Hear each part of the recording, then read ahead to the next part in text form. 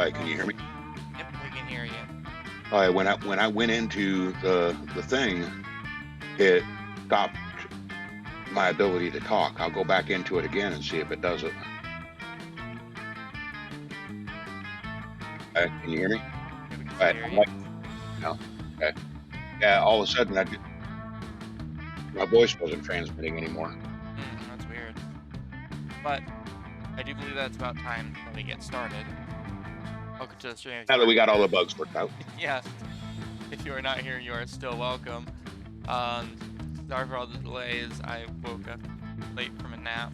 My own fault. I didn't set an alarm or anything. I was just tired. And also some minor technical difficulties, but that's neither here nor there. With it being Saturday and the last Saturday before Spooky Month, we're going to be doing the second part of Monster Prom, or the DLC of Monster Prom. Now, Wildcat has not played this at all before, so he unfortunately doesn't really get to choose too much about who he's voicing, but he can of course make his own decisions for his character, which will be playing pretty much exactly the same way. So, with Wildcat, if you have any questions about how anything is going, let us know and we'll be happy to explain, though most of it should be pretty self-explanatory overall, and again, your goal is to find somebody that you like on the cast of characters and convince them to go to prom with you. Now, we were playing very nice when we played last Saturday, and we just so happened to choose 3 different people, but know that if for some reason you find somebody that you want that just happens to also be the same person that somebody else wants, you're gonna have to fight for it. But we'll see how it all plays out, and just make whatever decision you want. It's all fun and games. But until you pick my date, then it's worth. What he said.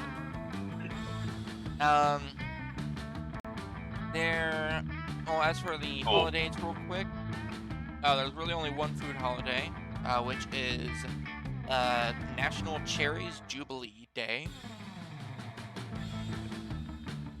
And also, for the other holiday,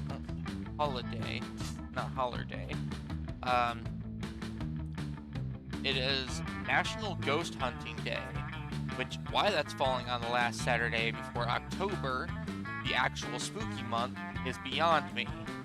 Maybe you gotta get the ghost hunting in before the crowds come in and start messing things up. That's true, You gotta get all your skeletons out of your closet before you put too more many in. people out there. It's like fishing.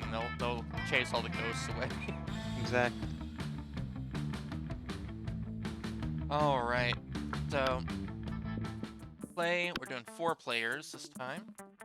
Second term, we're doing a full game, which is about 2.5 hours. Yeah, instead of 120 minutes. Yeah, which estimates 120 minutes. It estimated 90 minutes last time.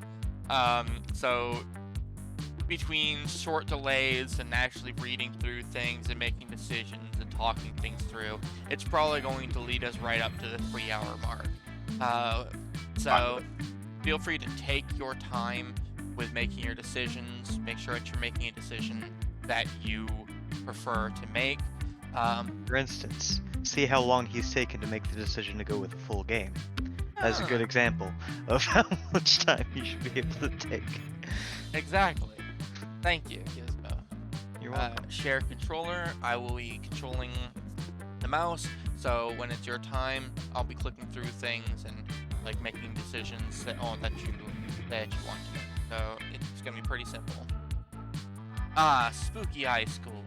The sweetest years of our lives. Back then we were young and unafraid. Sometimes reckless, sometimes brilliant, sometimes just stupid, but always willing to live life to the fullest. We were on a wild journey to discover who we really were. This is where we would choose who we are. Now, just so that you are aware, Wildcat, What we went with before had me as the zombie guy. Gizmo took Oz here. And Rysandar took the Frankenstein chick, which would leave the fire person here. If you don't want that fire person, I'll be willing to trade you, but it's up to you. But the character that you I'm fine. choose, Keep your character, and I'll take the other one. I've never picked up a guy, but okay. now you're fine. You can pick up whoever you want. Like when you go in there, this character stuff, your character that you choose here won't show up until like the very, very end, maybe. So it should have no bearing on the choices that you make unless you want it. Like I go in here and I want my name to, of course, be Rambles. No, you don't. You want it to be Zombles. Shit, right? I want it to be Zombles. Fuck.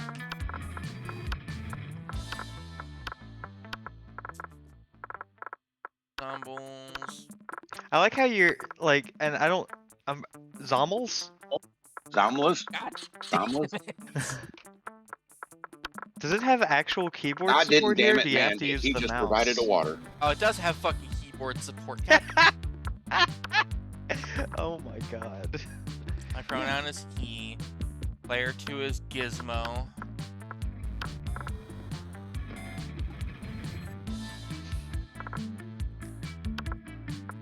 They. And we went with they. All right. Player 3 is Rysandar. You went under Ryson. And you did pronoun she. Let's go. And finally, Wildcat. Got you. Wild Kate.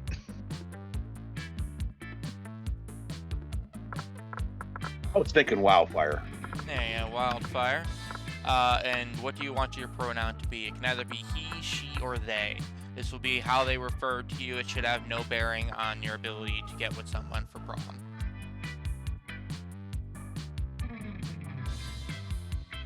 I'll go they, Go they? because I am. Yep. Let's start a fight. Alright. We get to experience the ultimate challenge, the Monster Prom. I remembered clearly. 3 weeks were left, and we fantasized about our dream prom date. We were all scrambling to catch the attention of one of our 8 most charismatic classmates. Scott Howell, 21, werewolf athlete, who compensated for his rather small brain with a stupidly huge heart. Miranda Vanderbilt, 19, a sweet mermaid princess who was as cute as she was genocidal.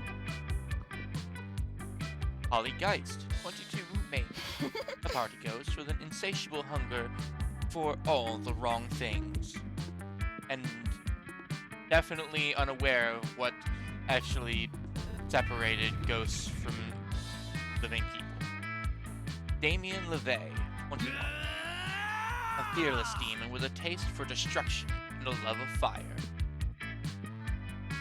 Liam de Lioncourt, 400 and something, a hipster vampire whose standoffish demeanor hid the fact that he was truly a lovable dork and a total He's an nerd. asshole. He's just a tool. Zoe, forever, an eldritch cutie who went from endless deity of the dark realms to ultimate fangirl. Calculester Hewlett-Packard, version 1.0. A library Again, Pat. computer who had become a sentient robot ready to experience life to its fullest. And Vera Oberlin, 23. A mean, self-made Gorgon with a merciless sense of business. It was clear it had to be one of them, but who? We only had 3 weeks to choose our prom date, and even more daunting, we only had 3 weeks to woo them and conquer their hearts, because we had never talked to them ever before in our lives. But as I already said, we were young and unafraid. We were ready to start. Welcome to Monster Prom's stupidest pop quiz ever. This is more than likely going to play out very similarly, just with very different events and the 2 extra people. All minds are rotten, but they are rotten in so many different ways. Worry no more. We are now using our PhD in bullshit to diagnose which kind of deviant sicko you are. Monster Prom's stupidest pop quiz ever, trademark, will throw a bunch of absurd questions at you and turn your answers into your character's stats. This way, each of you will start by having stats that better reflect your true selves. Let's start. You're walking through the desert when you see a turtle on its back, baking in the hot sun, but you're not helping. Why aren't you helping? Because the turtle owes me money, because fuck turtles, or no time, too busy twerking? Fuck turtles. Yeah, fuck turtles. Alright, so If then it's working. you're twerking? That's a no. That's a no. No brainer. Obviously. And Wildcat, why aren't you helping the turtle? Because fuck turtles. Because fuck turtles. Yeah! If you were the leader of a new country, what would your flag look like? I go for a simple 3-colored stripe approach, where each color represents one of the country's values: blue for diplomacy, purple for patience, and red for the blood that will be spilled if anyone tries to overthrow me. Flags are outdated, symbols that lead to unnecessary nationalist exaltation. We will replace flags with a national QR code that will provide online coupons for free burritos. Or just Garfield's face. Power move. There's no doubt you're the supreme leader of your land if no one stops you from making Garfield the flag of your country. Ooh. I hate how QR codes are creeping into everything, but it's got free burritos. So I'm gonna go with it. I'm also going to go with that, but that's because I want to avoid unnecessary nationalist exaltation. That's fair. Y'all thinking small. Make it Garfield. You gotta prove that you can do whatever. the I fuck agree with you, want. Rice. You want gotta prove Garfield's you can face do too? whatever Yeah, the fuck oh, you I want. love Garfield. Alright. The world will end tomorrow. What will you do today? 100 push-ups. No, 200 push-ups.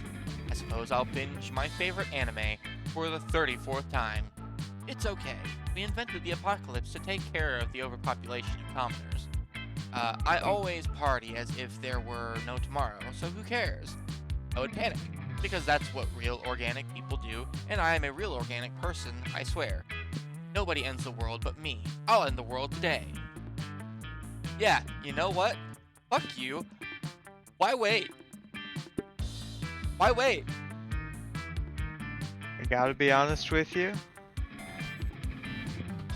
I think realistically, it's either panic or binging for the 34th time.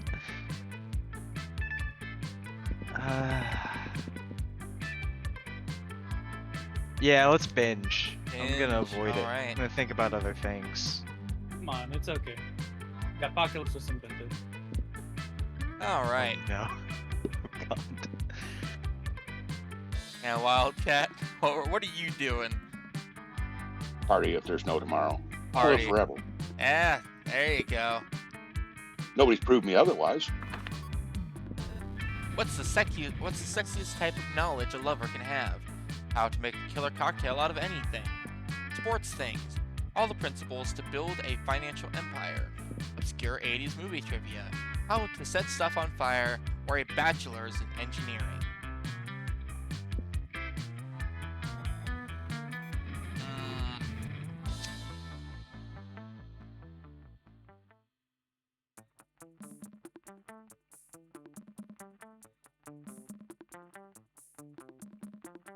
Damn.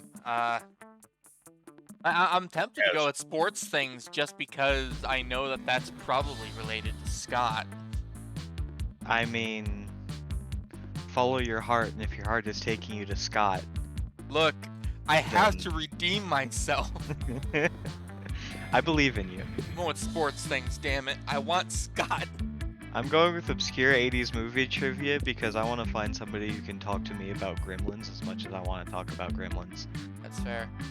I just set stuff on fire. How does that stuff on fire? Alright. And here's Wildfire.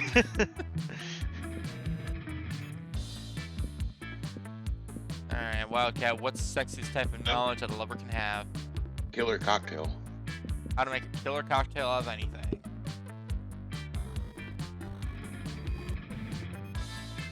Oh my god. Your 80s movie trivia got you some love with Liam. Maybe he'll get off my case about the whole ghost thing now. Or maybe he'll just buy another sheet. Who knows? Now, from my understanding, there's also other NPCs as well as the two main love interests, but... Alright, so this first round, we are going to be choosing in the order that we set up players in. So, Wildcat, you will be last this time around, but every time that we switch to the next scene, it will give you a chance to potentially change the player order. We will all get to go at least once in each scene that occurs, and you cannot go to the same place as somebody else. So if I, for example, choose that I'm going to the gym for the morning of week 1, then nobody else can go to the gym for for this particular turn. And he is going to the gym. Yes. That day, an epic dodgeball match takes place. Everything seems lost, but you deliver an inspirational speech that fuels your team's spirits, leading to a spectacular comeback. You're clearly a natural-born leader. Gain +2 charm. As you go about your day, you can't help but notice Damien and Scott trying on beige business suits. By the time you get over to them, they've both taken the suits off and are examining them critically. Something still isn't right. Yeah, I really don't want to half-ass our Pokemon's cosplay. Coach says to always use your full ass on everything. I'm with you, man. Nobody gives more of a shit about the classic Pocket Humans video game than me. What the fuck are we missing, man? Like, we've got the suits, the horn-rimmed glasses, the sickly pale body paint, everything we need to cosplay Doug and Wilbur. The twin titans of real estate. Oh, I know who they are, Scott. I've played the damn game. Now, come on. Help me think of what we're missing. You know right away what their costumes need. You reach into your bag and pull out the one thing no human would be caught dead without.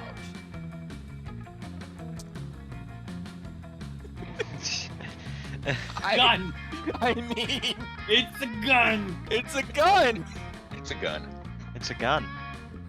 Yes! Yes! This is exactly what my costume needed. Come on, Scott. Put on your mask and let's head over to the convention. Okay, Damien. Hey, by the way, why is the convention happening over at the First National Bank? In the middle of the day? On a weekday? Humans don't ask questions, Scott. Come on, let's go rob that. I mean, make some friends. If anyone asks, that gun isn't yours. You gain +2 fun and +1 boldness. Alright. Alright, let's see what I got here. Okay. Oh god. I immediately ended up getting shit with Damien. Oh.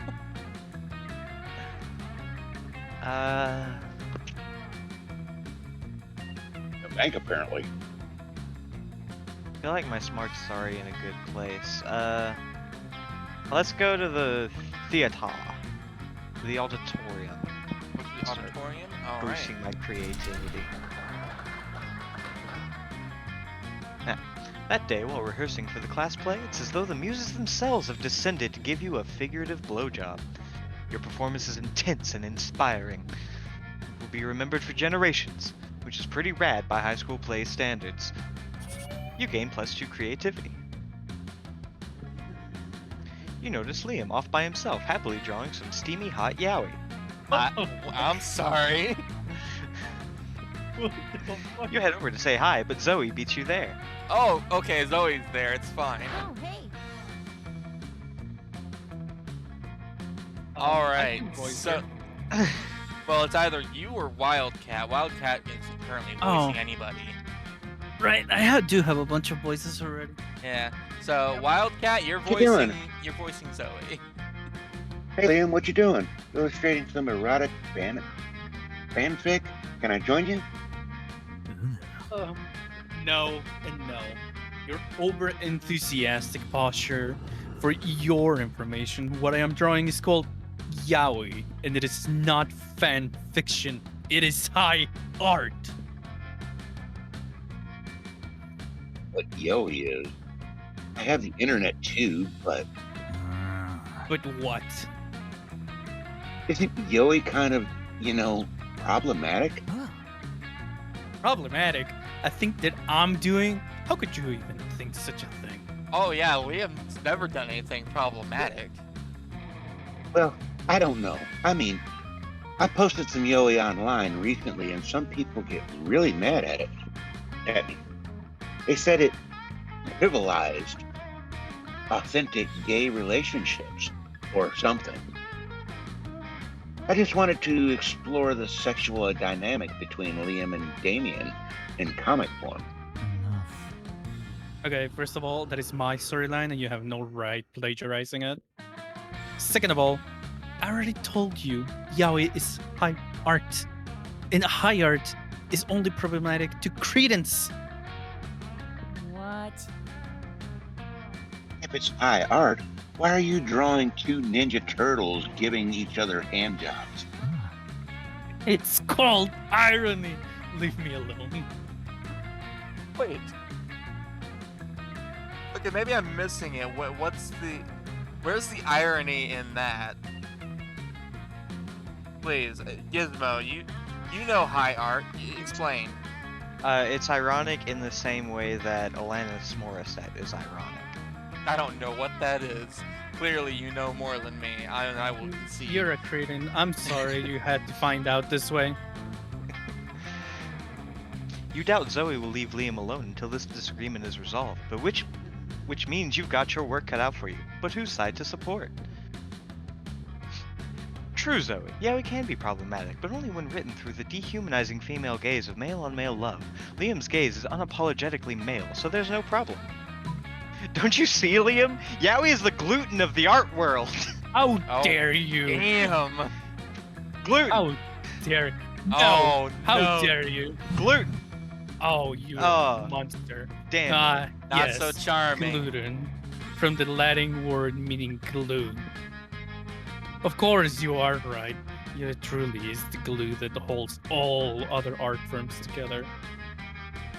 What good would painting, drawing, sculpting, and interpretive dance be if not for the steamy undercurrent of sensuous butt stuff that noble yaoi provides? I think gizmo means like wheat gluten. The stuff a lot of cool people don't eat because they've decided it's bad for them. So mainstream. Oh, that's a thing. It sounds like a popular trend, which is probably why I don't know anything about it. No, my fun, my creativity that I worked so hard for. But also at the same time, you still got a boost with Zoe. Yeah. Let's go. There you go. I'm gonna go to the library. And I got to make my voice heard.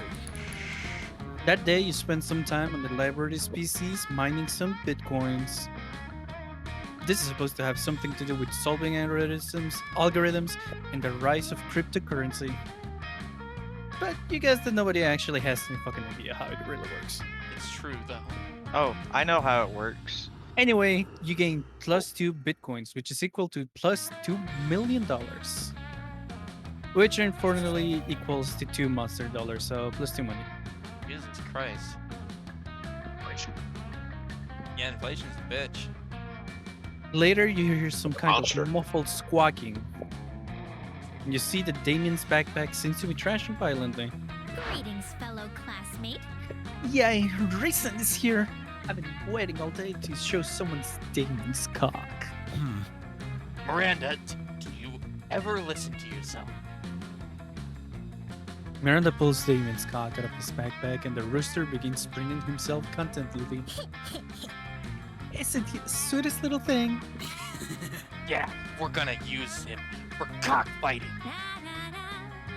Specifically, we're going to have him cockfighting the cockfighters to teach them a lesson about why you shouldn't make cocks cockfight. Now we just gotta find a way to make sure that our cock wins the anti-cockfighting cockfight. Cock. Damien was Sorry, robbing I a felt bank. left out. That was a lot of cock. Let's see. Lift your rooster spirit with a romantic proposal. Give your cock a cock ring. This cock isn't an expert in violence. You are, Damien. Go undercover as a rooster. I just gave him a gun. You're right. Let's go with sending Damien in. God. Damien with a gun. So creative. Oh man, how did I not think of that? I love finding opportunities for violence. With that, you, Damien, and Miranda get to work on Damien's incredible chicken outfit. Please show it to us. It's sort of just a yellow jumpsuit with feathers absurdly glued to it, but people are dumb, so it might work. You follow them to the cockfight, where Damien immediately begins to fight the cockfighters while he skills at violence. And his very convincingly rooster impression. Macaw! Macaw, motherfuckers! Damien yells, punching someone in the face. Cock-a-doodle fucking do! Walk! You can only fly 200 feet! He says as he delivers a flying kick to the knee. Sheep, squawk! I live on every continent but Antarctica and can live for 15 years! Shouts as he karate chops someone's clavicle. You're not sure that actually roosters just scream facts about the attempts to provide their identities.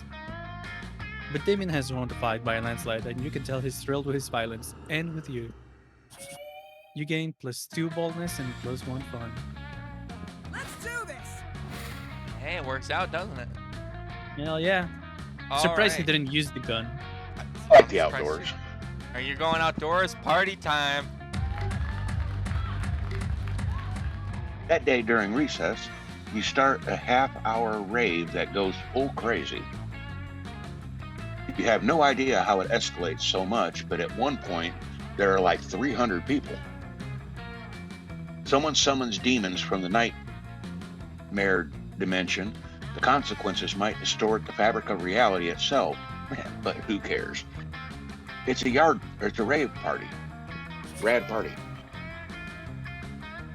I gained 2 fun. Yay, I'm fun. Meanwhile, Zoe seems to have trapped Polly in some sort of eldritch binding circle. This should be good.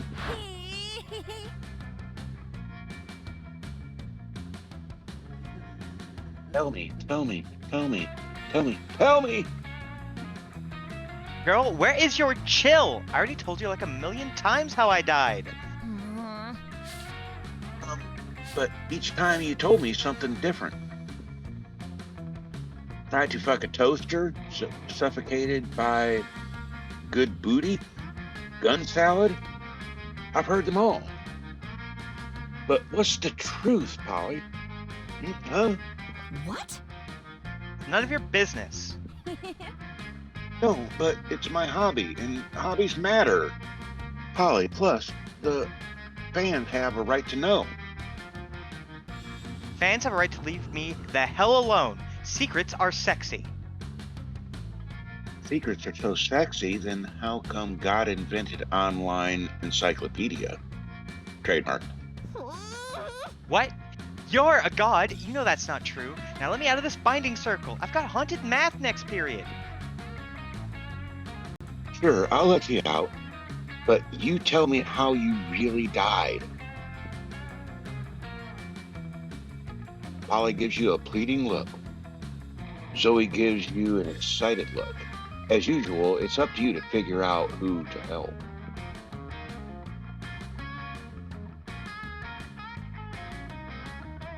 Holly's right. Secrets are sexy, and I'll prove it with my new espionage. And spooky, highly classified. Or Zoe deserves to know the truth, and if you tell it to her, Polly, and I will give you a huge bag of cocaine. Don't ask where he shit. got it.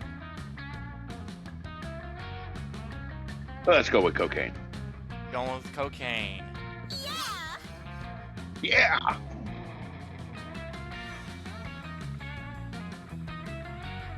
I wasn't reading that one. Oh yeah, sorry. Aw, you know the way to my ghost heart is through my ghost nostrils. Come here, you beautiful whore. Let me give you the gory details. Polly becomes Zoe over, Polly beckons Zoe becomes over, Zoe. beckons Zoe over, and whispers in her ear. Oh wow, that many? Huh? But how did the linebackers get out of there? Oh, the entire San Diego Zoo? But where would you even get that much cream cheese? Oh, I see. It was a Wednesday. Of course. It was Well- Wednesday after all. That pretty thoroughly answers my question. Now do you see why I didn't want to tell anyone? Oh, absolutely. That is way too hot for public consumption. Your secret's safe with me. Aw, yes. I got to keep my secret and I get cocaine. Score! You're pretty sure Polly told another very not real story about her death, but Zoe's impressed at your negotiating skill. You leave Polly enjoy her newly acquired treat, and you and Zoe get smoothies. You gain 2 charm and 1 fun. I think there might have been a little Ka-ching. bit of a missing word there. Yeah, there's something there. Change places. Everybody chooses a part of their body. Say your choice out loud to the rest of the players before clicking. Pancreas. I don't have that one anymore, so I'll go with clavicle. Liver. I'm gonna go with something simple. Eyes. Player order is decided based on how cool it would be if that part of your body, and only that part of your body, had superhuman regeneration. I don't got one anymore. How'd you like to have one again?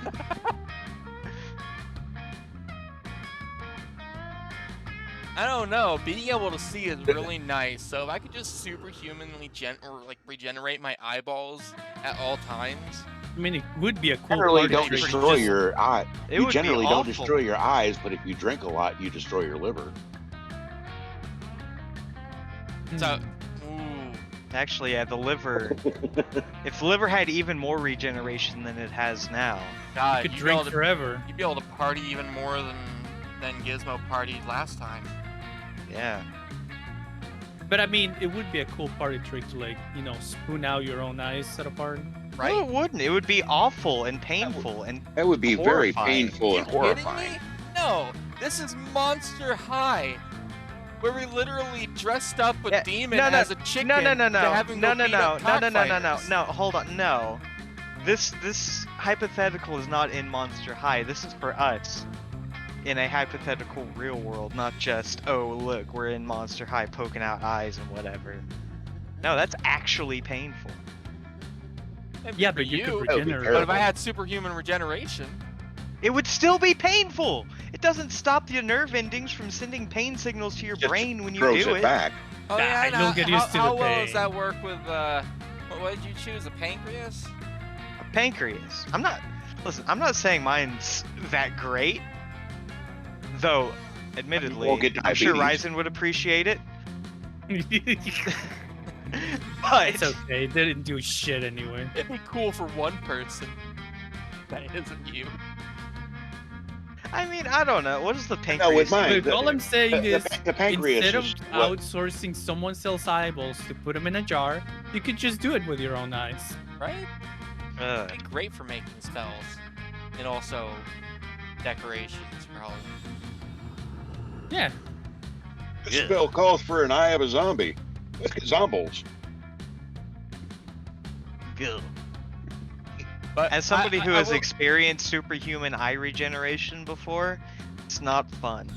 But no, to never have your liver go bad. So, yeah, I will. I I will vote definitely liver admit, for being first. Yeah, I Like, think liver I- is number liver one, is definitely regardless first. of Like, what else there is. so- There's no argument against that. All right, so in that case, then for second we have either eyeballs, pancreas, or what did you choose, Preston? Clavicle. Collarbone. Clavicle. Clavicle, If- right? If you could just break your collarbone and have it. Look, I could like break my arms, like just like this. Look at them on a daily painful basis. thing. Yeah, but that's not your. I don't think that's your clavicle. I mean, it holds them together. You know what I mean? You know Say how you know how eyeballs. you know how you like they say that you Okay, like dislocate your thumbs to like I'm get at out of least. handcuffs. I am at least getting a vote from Wildcat for eyeballs. So I don't know. I'm looser. I'll take fourth. I know mine's the lamest. All right, I'm happy to go under eyeballs because, admittedly, they're in more danger than Yes. someone's pancreas generally, except if you're icing. all right. So this determines the turn order for lunch. Let's do this. All right, so this one works a little bit differently. You're going to get the choice of where you want to sit, and the place that you sit down will determine the people that you talk to. There are 4 tables for, And the cat is a merchant. and the cat is a merchant. So if there is a person that you specifically want to talk to, you have first dibs.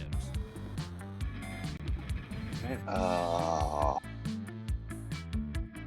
want to talk to the ghost girl. You want to talk to Polly? Yeah. Polly and Calculester.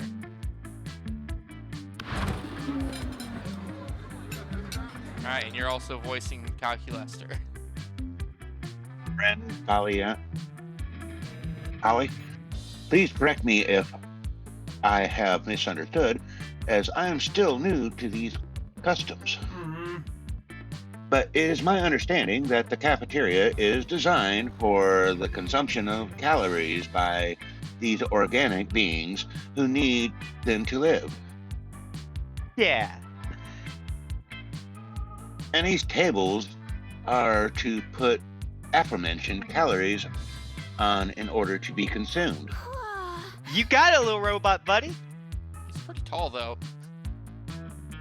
But you seem to be dancing on top of these tables, therefore preventing your fellow students from using it for its designated function. That's because she's an absolute snack. Nailed it. Are you encouraging other students to do the same as confetti rains down from the ceiling and multiple disco balls flash finally? And your music is very loud, which is why you are shouting over it. Boom. See, you understand way more than you think. You're crushing it. Look, like I'm crushing this rave. But from my understanding, the outdoors location is designated for raves. Cafeteria is for food consumption. Disrupting the ability to consume food in a space designated for food consumption is not very nice, and I believe you should stop. You swear.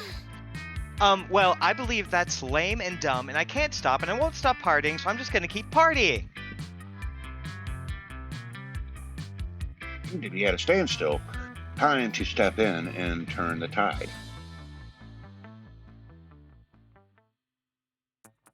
Okay, Polly should keep raving, Calculester.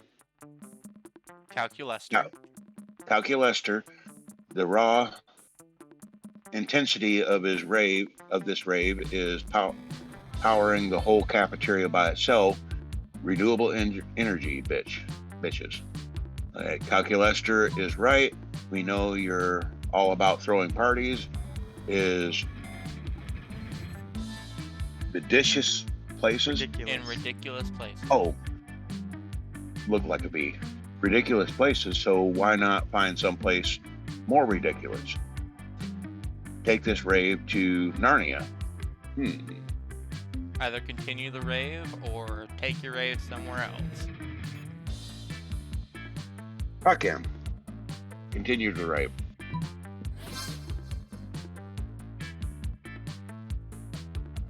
Holly's rave is generating electricity? Duh. This rave got all the cafeteria lights turned on. That's why they call it. Wait for it. Lit! I have in fact heard this terminology used by my fellow students, but misinterpreted it as My little colloquialism, surprised face up there. meaning cool. Right? He's Now like, that I his whole worldview has just changed. Now that I understand that you're actually endeavoring to stop global warming by generating your own electricity, I can appreciate the necessity of this lit rave. Ooh, yeah, totally what you just said. You know what else would stop global warming? Put that dick emoji up on your screen and set the tone for some really juvenile jokes. Let's go. Like so? Yeah! That won't actually stop global warming, but using public transportation more and eating less meat will. So you make a mental note to do those things. Holly would love you even more than she does now, which is a lot, because you just nailed the situation. Sure. What would stop global warming even more is large-scale industrial sabotage. All right. Ooh, do I want to That's sip another Scott topic. or do I want to buy something? I think I'm gonna take some time for Scott. I can actually get dibs on. As you approach the table, you see Vera delicately lifting a forkful of quinoa. Oh, sorry, quinoa. Every time, that fucking word That fucking is a word, man. landmine. It's quinoa. To her mouth. It's not quinoa. Fuck it, I don't give a shit. This is quinoa. She brings lunch from home. When food, fork, 6, 8. Who do we deliciate? Eating, yay, eating. Scott, what on earth are you Oh, doing? That was right. I'm cheerleading you to help you be the best eater in the whole school. What caused this obsession with cheerleading me through mundane activities that require no cheerleading? Everything requires cheerleading, silly. That's why we have cheerleaders. For our cheerleaders. But I can see why cheerleading's not working. You haven't eaten anything yet. That's because you keep startling me with your damn cheerleading. I can't eat when I'm startled. No, that can't be it. I must not be cheerleading hard enough. Hey, friend, maybe you can help me. You shouldn't be cheering for Vera to eat the food. You should be cheering for the food to get eaten by Vera in the walk-in freezer. Or the problem is obviously that we aren't dressed up as a giant salad. There is a correct answer even outside of the meta, outside of the game. There is a correct answer here. I mean, yeah, we're not dressed up for the occasion. Exactly. You gotta Oh, have a couple yeah, of that fucking makes cherries sense. hanging from your crotch. I mean, Otherwise, what are you sports doing? cheerleaders dress like giant steaks and drumsticks all the time. Or maybe that's just how they look when I'm really hungry. Whatever, let's dress up. Luckily, the school keeps some giant vegetable costumes in the auditorium for health presentations. So you snag them and start cheering. Beets, aggressive. Eat beets, aggressive. There aren't even any beets in this salad. It's just quinoa and the tears of my enemies. Vera's pissed, but she does eat her salad really fast, just so you'll leave her alone. Hooray for cheerleading! All right. 3 cheers for cheerleading. I'm gonna go sit with Liam and Zoe. Oh, damn. Looks like poor Rysandar is stuck with either the cat or... My Bambi. goals are beyond your human comprehension. Oh, I'm sure. You find Liam bending over his burrito with intense concentration. He's obviously taking a food pic for Momentgram. He channels the silent energy of the moon. Zoe is right behind him, peeking over his shoulder and giggling. She channels the giggling energy of the moon. Oh, hey. Yeah. This pic is all wrong. Tell the burrito to smile with his eyes and make its cheese look less melty. And add a filter. Filter more. Filter again. Why must I constantly be disturbed while taking my refined food pics? No one understands my superior sense of frame. Maybe because that's my phone you're using? A fair point, but my phone is charging. What am I supposed to do with this food in cafeteria at lunchtime? Eat it? I think not. Déjalo ser. Oh, Lord. I'm just saying that if you wanted to reach true levels of Give me a X-Max second. beauty, you should add this sticker of Jimin to your food pic. Nothing says good taste like posting the face of a K-pop superstar next to your high school burrito. It's true. Her style I is mean- beyond reproach. Your what was that word again? Ayo? Ayo? Pure Hey, Ayo. yo! Ayo. It's a fucking Korean thing. For a moment, all three of you just admire the Jimin sticker. Liam shakes it off and regains his composure. Let's agree to disagree. Timeless horror. Let's put Jimin in your dumb food pic. Stop it. Quick, fix this burrito momentgram K-pop emergency! What if we use the Jimin sticker where he's contemplating the existential notions of death, meaninglessness, and the void? True K-pop fans should know that Jimin's favorite food is enchiladas, and his second favorite food is leaving Liam alone. No, existential notions of death, meaningless, and the void. Hell yeah.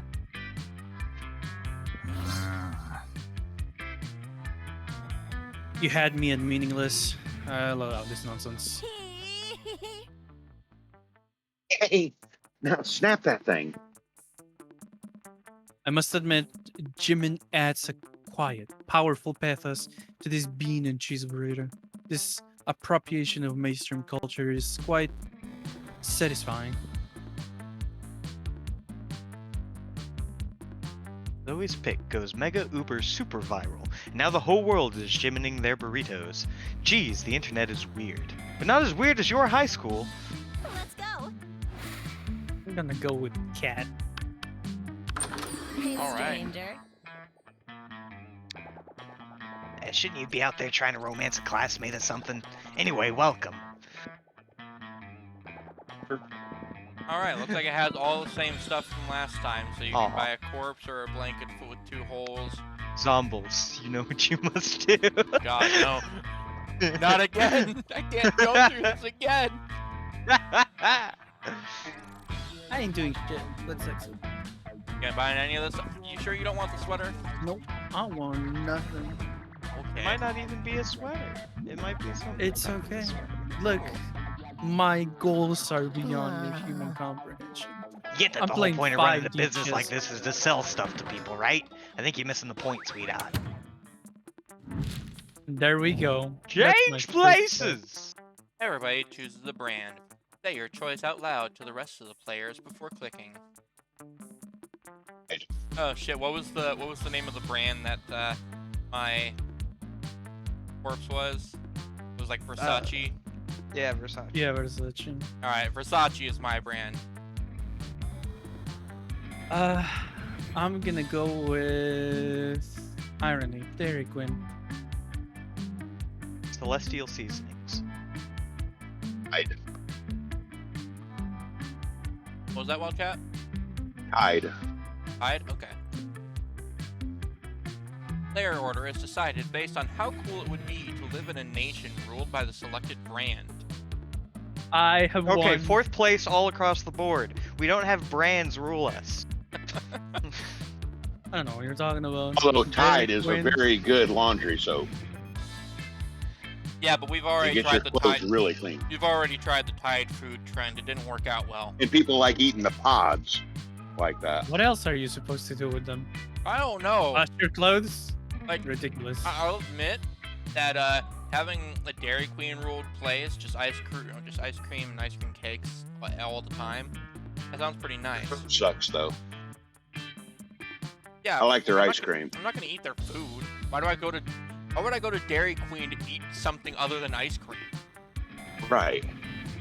Okay. Two things.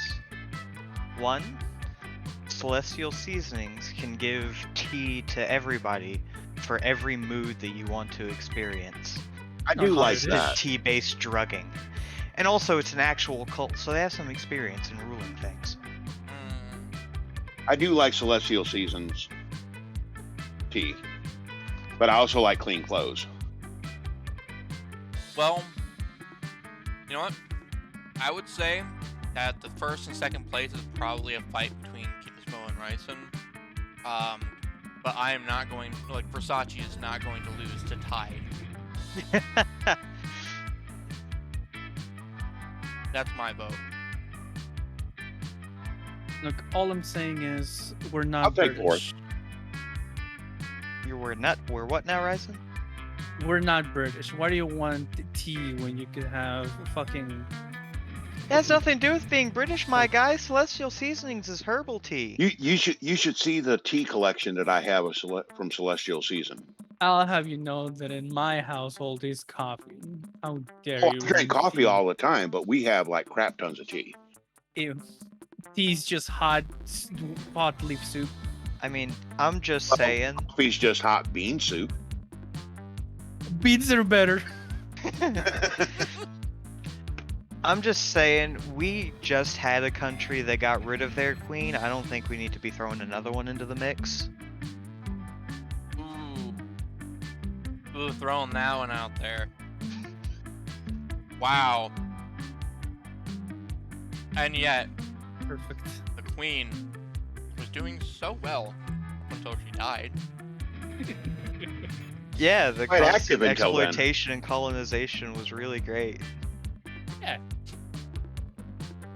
The opulence And and wealth, I mean, while the people below starved to death in the streets. and as far as tea goes, when we had our uprising and everything, we made the biggest cup of tea in Boston. True, we got rid of a lot of tea. Because that's where tea belongs. You haven't had Bengal Spice, then. Bengal Spice is All the right. great tea. Well, how about this? Just make me the first between- one, and Between tea and Dairy Queen. Everybody, just choose one of them.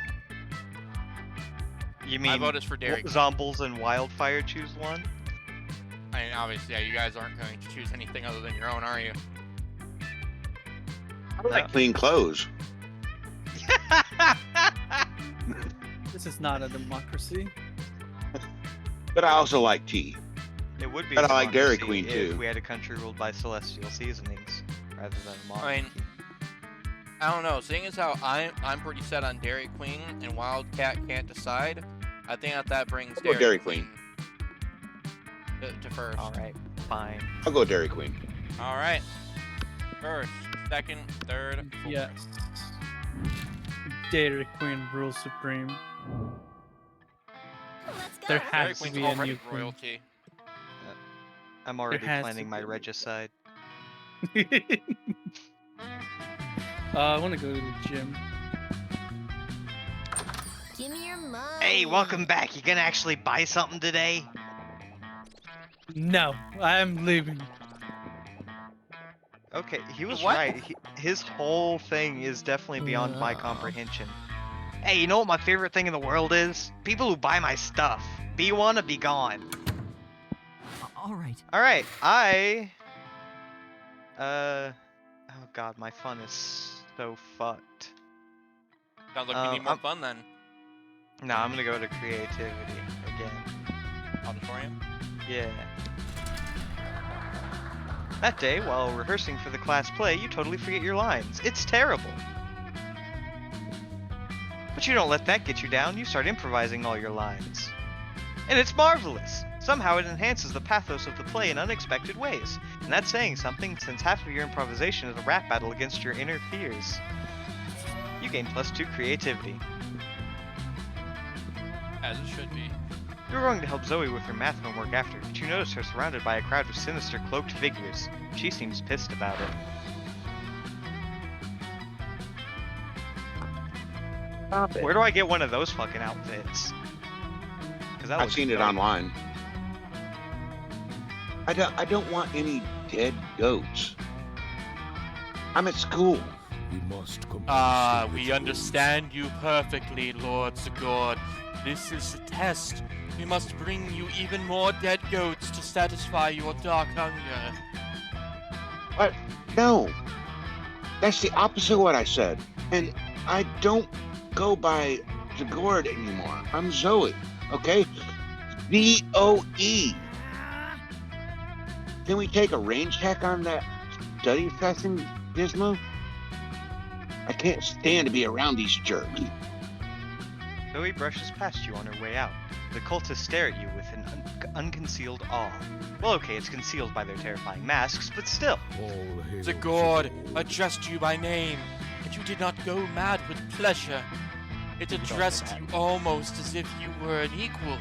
It passed within inches of your frail mortal frame, and what's more, it mentioned rain. Could it be that it was referring to the fabled storm of cerebral spinal fluid, which will one day come to quench all sanity? Brothers, sisters, bow down before Gizmo, for they are clearly the prophet of Sigurd. Please, O prophet, guide our worship. For we have noticed of late that our Lord appears dissatisfied with our sacrifices. The blood of many goats once pleased Sigurd, and yet now we do not understand what has changed. That's pretty obvious. Perhaps, given your special relationship with our incomprehensible master, you could suggest a new sort of sacrifice that would please it. Fuck it. You got nothing better to do. You decide to be a prophet for the day. You tell them what they should really be sacrificing. It's important to learn from your mistakes. Sacrifice another goat, but write "we're sorry" on the side. Sacrifice your own harmful prejudices! I mean, I know what one you're gonna choose. yeah, I don't think it's gonna go well for me. But yeah, sacrifice your own harmful prejudices. So blasphemous. But our harmful prejudices are precious to us. They're how we remain reliably unpleasant, the better to unplease Sigurd. Maybe that's how it was with Zagord, you explain, but Zoe's got an entirely different set of standards that don't involve being a bigot. Ah, your wisdom truly is subtle and deep. Very well. Bring out the prejudices. One of the cultists steps forward with a steel-banded box stained with blood and scorched by fire. You're not sure exactly what's inside, but it smells pretty racist. Now, bring out the vat of acid we always carry around. Where were they keeping all this stuff? Those robes must be really roomy. Makes you want one even more. Right? Now dissolve Full the of prejudices pockets. in acid. Go on, do it. The box dissolves with a sound like 1,000 grandmothers disapproving of your gender identity. Ah! We are suddenly unprotected from new and radical ideas. The revelations are flooding in. Could it be that we have been jerks? Alas, it is true. And it is true also that our Lord demands from us one further sacrifice. It is the greatest sacrifice of all. We must sacrifice the past. The name Zagord is gone. Perished along with the dark timeline that gave it birth. Here and now, we rededicate ourselves to a new cult, the cult of Zoe. Wow, that worked way better than you expected. Maybe you can dissolve the prejudice of other bigots in acid too. Or maybe you can just dissolve the bigots in acid. Either way, you gain +2 charm and +1 boldness. Sure.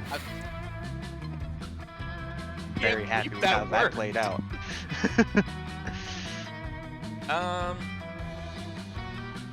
My fun is super low, so I might actually go to the outdoor.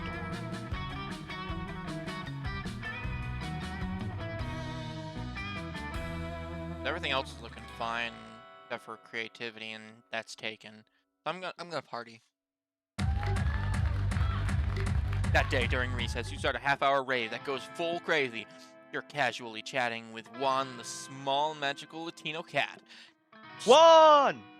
You start telling him that hilarious story of what happened last summer at Monster Camp. You know which one. The one involving the beehive, the blow-up doll, the president, the penguin mask, and the mystery of the Goblin King. Slowly, lots of people start joining you to hear the story. By the time you say where the Goblin King was, 100 people or so burst into hysterical laughter. He was actually inside the blow-up doll the entire time. It was very awkward. You turn on a mobile app that captures all the laughter and turns it into +2 fun. How lovely.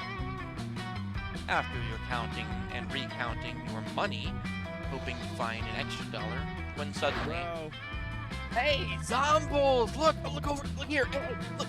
Well, look what we have! Isn't it shiny? Scott holds aloft a roll of duct tape, which you concede is indeed shiny. Listen, I'm not saying that we tied up Crazy Martin, the werebear janitor. I'm just saying this tape is crazy strong. And if you wanted to wreak some havoc on the school, Crazy Martin might be a little tied up. Bear with me.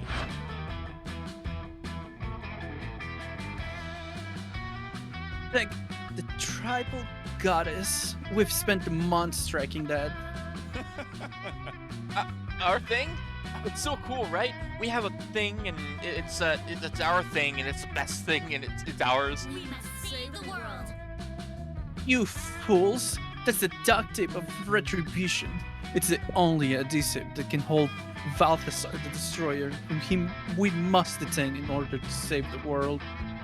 Oh, well, saving the world was good. I just liked it because it was cool, and it was a cool shiny thing.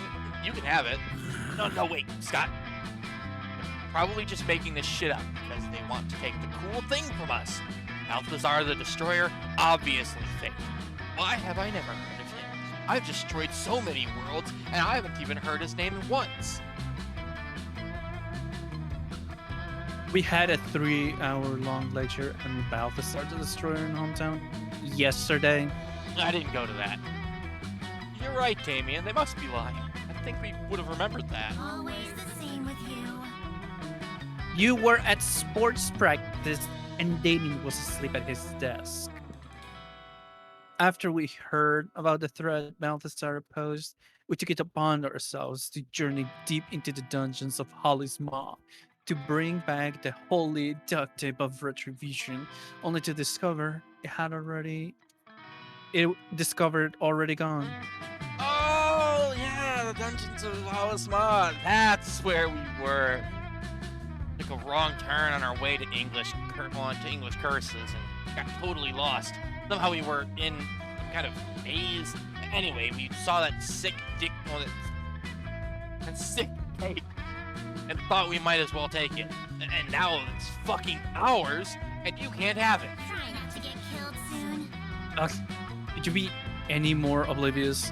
Hand over the tape or we'll be forced to use force to take it by force. Yikes. Looks like this situation is getting out of control. You better step in before someone or some duct tape gets hurt. I mean, is there an option to just tape them up and walk away? Don't worry, Damien. You can keep the duct tape of retribution for your nefarious purposes.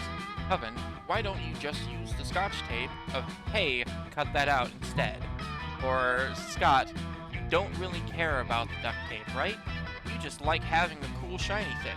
But watch me use my sweet negotiation skills to wait for it, to cool shiny thing. Oh my god, that's like a 100% increase in cool shiny things. Right? Stonks! Seriously? We said we needed a magical artifact to save the world from the likes of Balthasar, and you're making us barter for it? Yeah, Yeah. just call me a video game NPC, baby. Yeah, like, what's Balthazar gonna do to me, huh? That was sad. Oh, you guys are so pathetic. Says the person that doesn't have 2 shiny things to give me. The Coven leader, Joy, you're like 90% sure her name is, although they always kind of feel like one person to you, rummages around in her pocket before withdrawing 2 shiny things. I stand corrected. Here are 2 shiny things. A broken glow stick from the last Dark Arts Con we attended, and this ceremonial dagger. Damn! And this one nice looking dagger. I'm into it.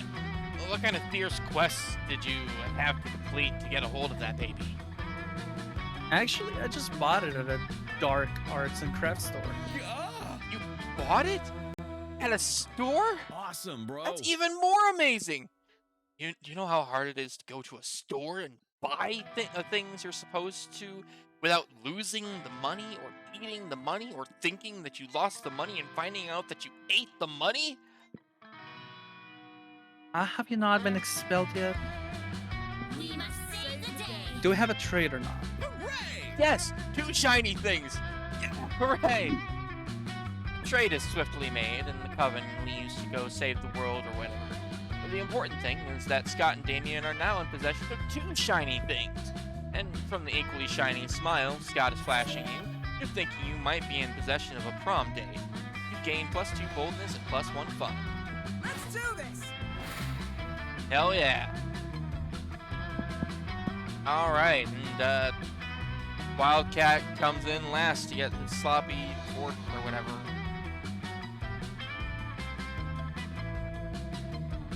Go to the library. You're gonna learn today. That day, you spend some time at the library's PCs, sending malicious spam emails in the hopes of stealing other people's money. It doesn't sound very nice, but who's really the one to blame if they respond to such a blatant scam? Oh, I lose 10 karma? Which isn't a stat in this game, so who cares? But I gain 2 money. Later that night, you head out to the club with Polly and Williams. Using your fake IDs, also known as Polly's boobs, you have no problem getting in the door. The real trouble begins when you get to the bar and Polly starts teasing Liam. Ugh. Lame. I'm telling you, boy, you've got no game. And I'm telling you that I reject the ludic sexual paradigm underlying your assertion. All I'm saying is that if you're really as cool as you act all the time, you should have no problem getting digits from that gender indeterminate locust swarm down at the end of the bar. Well, of course I could, if I wanted to, but you see, the key to my allure is that I don't want anything. Yeah, sounds like Liam's a little bitch.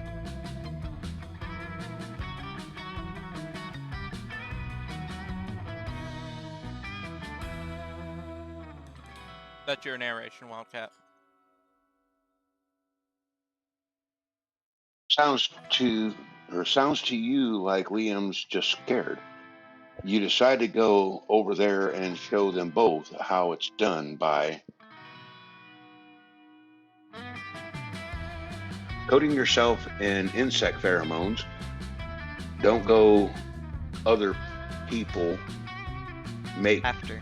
people don't go after people, go make people go after you. Dancing so hard that you also separate into a cloud of locusts. First one. Alright. You pull out the spray bottle of locust sex pheromones that you keep for just such an occasion. You spritz it all over your intimate areas. The hot young locust swarm at the other end of the bar immediately takes notice. You talk all night about your hopes and dreams. It turns out the locust worm wants to be a vegetarian. Oh, veterinarian. Or veterinarian. Sorry. You want to be a vegetarian so bad. It's just so hard, you know? When you excuse yourself to go to the bathroom, Liam catches you by the arm. Vegetarian. Hey, not that I care or anything, but do you think you could loan me some of those locust sex pheromones for no reason?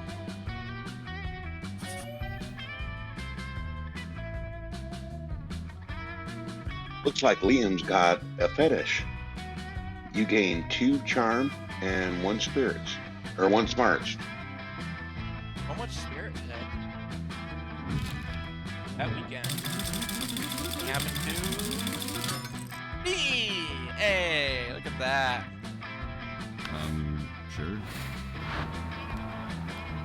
Is there anything more fun than sleazy traveling carnival?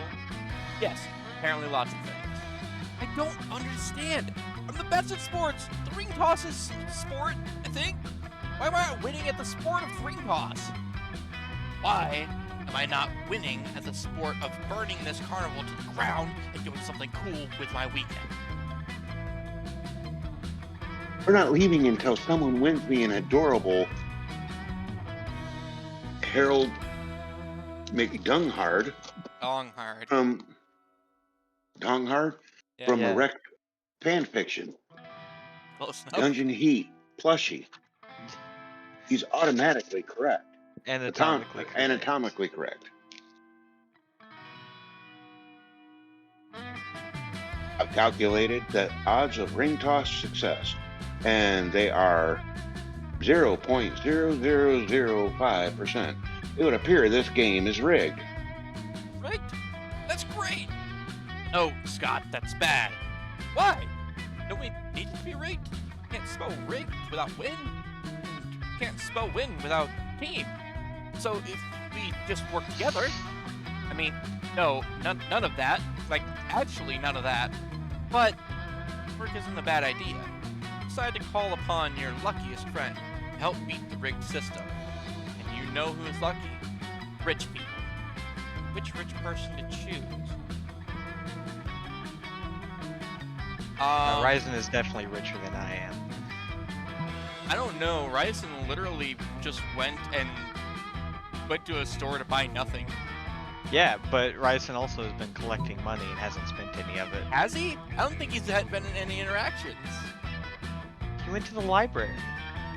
No, that was Wildcat. No, like the first round. Oh, you're In right. the he did. daytime. My goals are beyond your comprehension. Let's say Gizmo. Gizmo can get so many rings they could get an extra Sonic life out of them, which may not directly correlate, but who cares? Or Ryson's wealth secured her season tickets to basketball. She actually learned ring toss from fucking LeBron James, who, unbeknownst to many, is the LeBron James of ring toss. I think I will actually go with Ryson. Like, LeBron James is my friend. mostly because of the fact that he was definitely the richest motherfucker last time. So maybe that'll carry up for me. And Sprite I Cranberry. lost all of his money. Moneybags McRyson shows up. Money in tow. Do what the extremely rich of Spooky High do best. Ignore the rules of society due to a feeling of entitlement. Take whatever they want for themselves.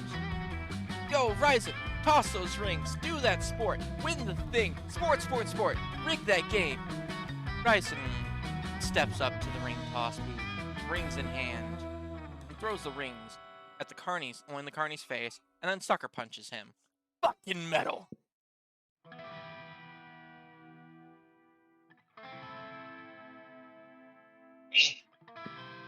No, it's just a turn of phrase. Don't worry about it. Gizmo takes the Harold McDonghard plushie and gives it to Zoe.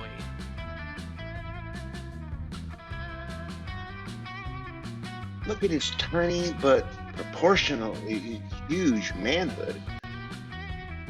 He's so cute. He sure is, Zoe. He sure is. Way to turn this day around, you two. Gaining +2 fun and +1 charm in the process.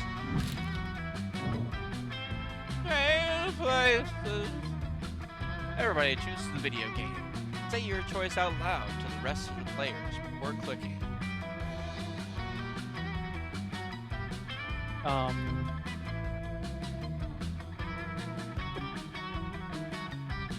Fucking Barbie's pony riding.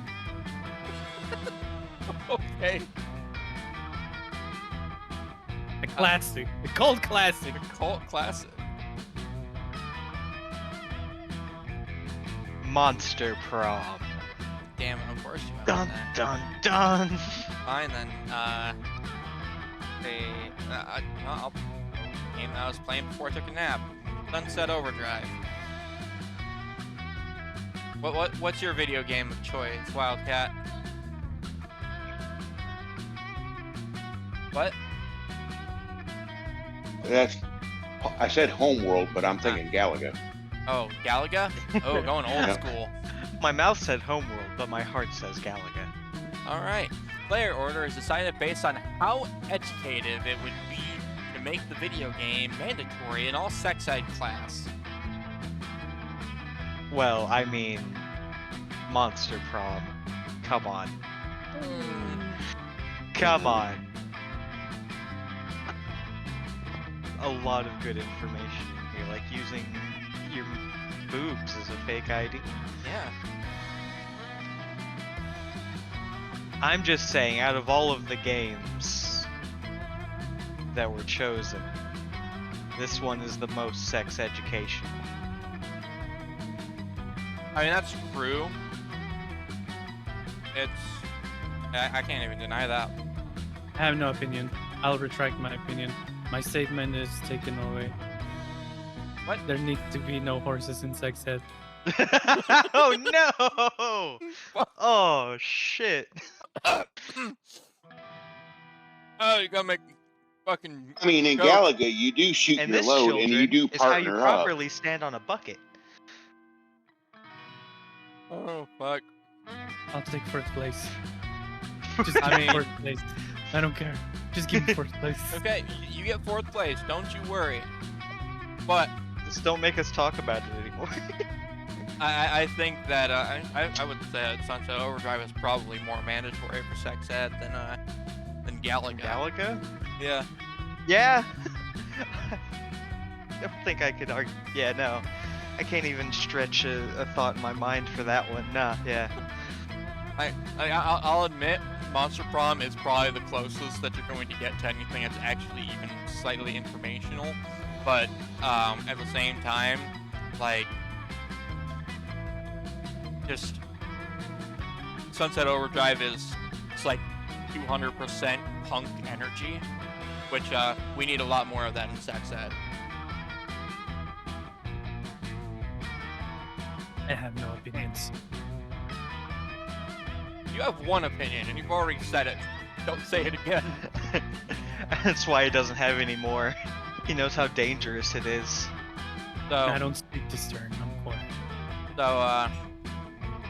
yeah, my vote is for Gizmo first, because I'll concede Gizmo first, and me second, because I don't know, like, Bryson is taking the L mostly because he doesn't like the implication of having anything like higher than last place, which is the only reason why Galaga is in last place for sex ed. I don't know. I could see. No, I'm not gonna. No.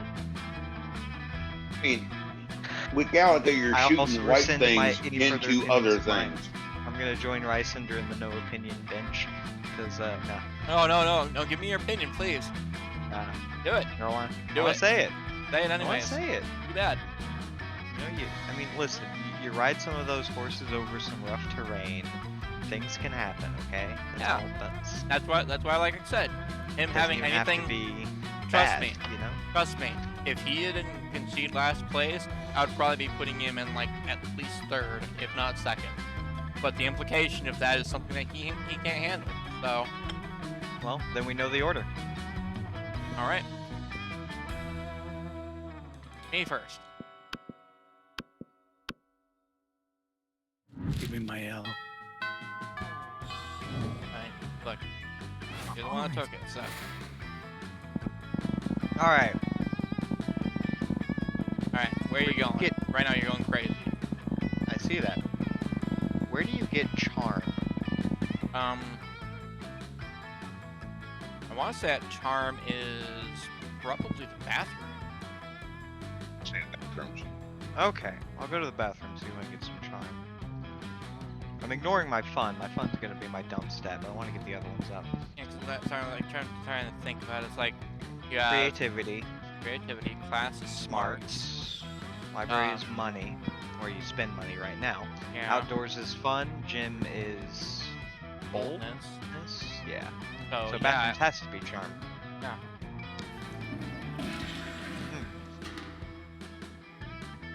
Also, sorry, like, if you hear anything in the background, Gideon is awake and not happy about it at all. That day you skip class and just hang out in the bathrooms because you respect no authority. I mean, you already have that pin. This is accurate, yes. I guess some people just want to watch the world burn by skipping class and hanging out in the bathrooms. You give +0 shits, but you gain +2 boldness. Damn it. Oh, fuck! Oh, shit. It's always nice to see your friends succeed, and by the increase in employees in Vera's illegal law firm, she's clearly doing well.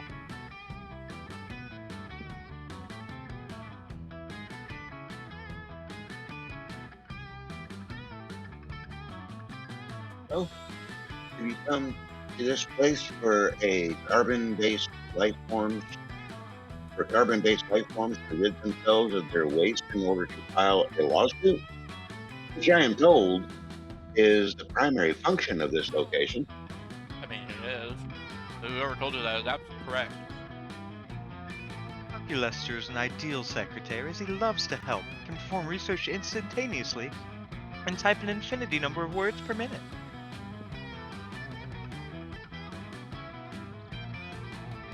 The ideal apprentice because Do you want to switch Liam with Zoe with me? So you What? can do the vampire boy and I can do the... He's asking if you want to switch who you're voicing so that he can voice Zoe and you voice the Liam vampire instead. boy. I'm fine with that. Alright. Alright. That's settled. And I'm the ideal apprentice because... For the last time, Zoe, you are not my apprentice because you have no interest in my law practice or helping me acquire vast sums of plus money. You're clearly only here to research another of your stupid fan fictions. My spooky high court legal counsel out guilty of love is not stupid. Clearly you're worried taking me on would lead to a lawyer apprentice love story. That is not the case, and I certainly haven't been in a similar situation a previous time. Oh my god, is that because you're already involved in a lawyer secretary love story with a calculator? I demand Hot damn! No! I demand to speak to a lawyer immediately! To the right place, friend Dahala. As everyone knows, bathrooms are the most common location to take care of legal problems. For far too long have I attempted literal battle, playing the 8th Circle of Hell from the LeVay clan, so now I shall attempt to defeat them in legal battle. Dahlia, my wealthy friend, I would be more than happy to assist. But Damien is a friend. Eh, Sounds like repressed sexual tension to me. everything sounds like repressed sexual tension to you. Hey, true that. I I have resemble that brought remark. with me this chest full of the spoils of war, prepared to pay any price for your legal advice. Oh yeah. A quick search of it has informed me that the Equino clan has never controlled the 8th Circle of Hell, and that the LeVay clan claimed it quite fairly. It would seem that you have little to no claim on what is rightfully friend Damien's kingdom. Zip it, Robo-Secretary.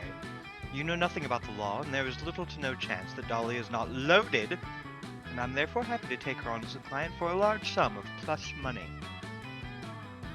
You have chosen the right side, Fiendish Gorgon. What is the plan for my legal victory? The plan?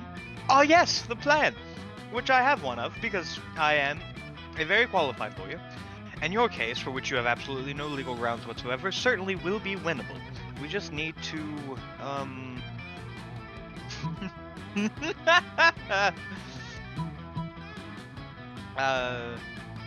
I want the surprise witness. Oh, I wonder who that's gonna be. A surprise witness. How surprising! I love surprises, specifically ambushes. I love doing ambushes, which is basically a surprise. Yes, and what is a surprise witness if not an ambush of the defendant? But then I can bring in my army and hit wretched Damien with a real ambush. And then halfway through, you can realize that the best way to get through hell and the hell that is life is together, and then you ambush him with passionate kisses. Yeah, wait, what? Friends. Vera, Dahlia, Zoe, and Gizmo, surely we will not allow Dahlia to attack Damien with an army. We will. Anything for my richest and wealthiest client. Dahlia, I will build you an ironclad case formulated entirely based on the element of surprise. It is an ingenious plan, and I shall slaughter Damien where he stands. And also in other Absolutely. places that he stands. Which will be quite the surprise to him, and to our many, many surprise witnesses. Rather than carefully selecting the jury, I will let them be a surprise. In fact, I want the whole thing to be such a surprise, I'm not even going to give you a court date. And you can leave this treasure here as a deposit and give me increasingly large sums of money at random intervals to keep the surprise going. Vera, you are a phenomenal and clearly competent lawyer who I trust completely. I eagerly await this surprise trial, which is definitely going to happen if I keep paying you money. Rushed it. Zoe and Calculus are thrilled that you're not going to let Damien be killed. Vera is hype about all that money, and you're thrilled that she gives you +2 money and +1 charm. Yeah, so you got charm in the end anyways. I got plus money. Yeah, but you also got charm. Yeah, also that. Sure. Alright, time to go to the auditorium. I need to get my creativity up. It's my only dump stat right now. That day, while rehearsing for the class play, you are struck by the lightning of inspiration. You come up with the ultimate nickname for yourself.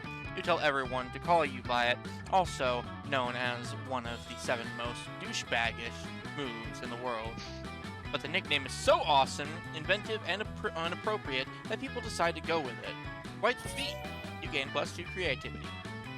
The devs dare you to actually come up with a nickname for yourself and ask the other players to call you by that name until the end of this run. Well, the gauntlet has been thrown.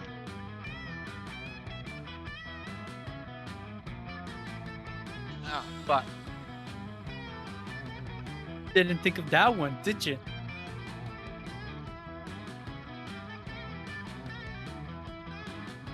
alright, fine. Henceforth, my name is Zombulor, Slayer of the 7 Hells. The 8th one is Damien's. I'm not going to take that from him. Stumbles for sure. It's almost short. Stumbles for sure.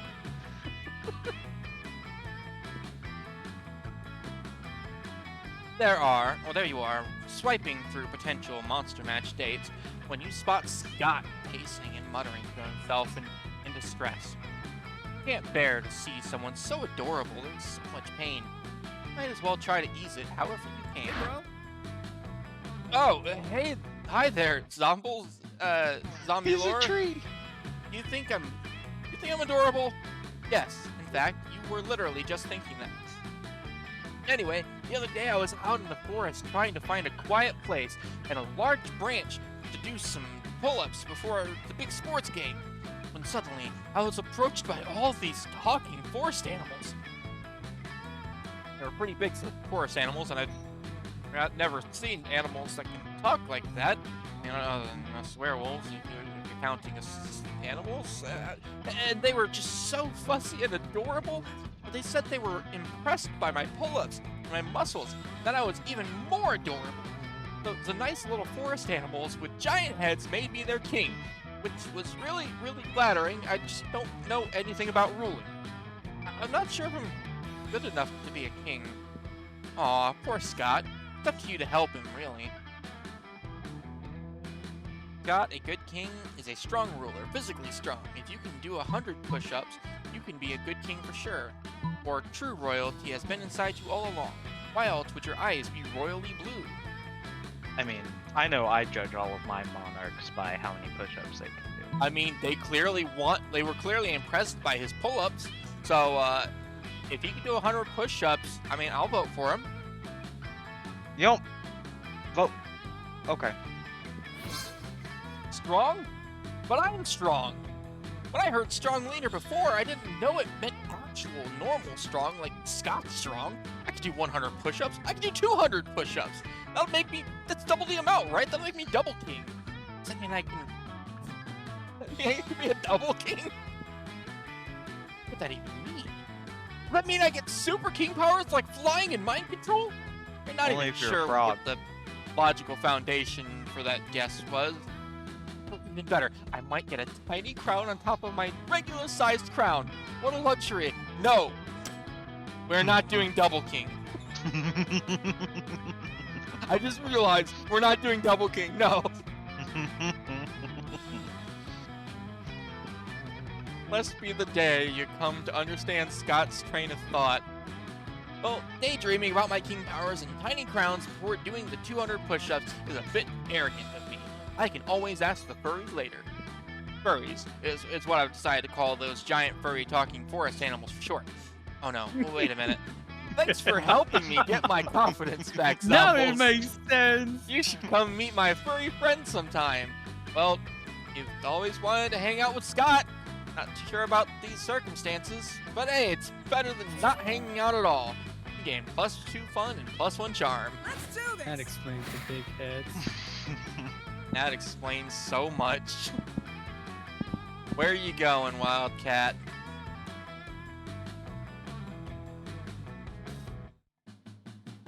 Class yet, so let's go to class. Go to class. All right. That day, you listen to your elders and learn valuable lessons.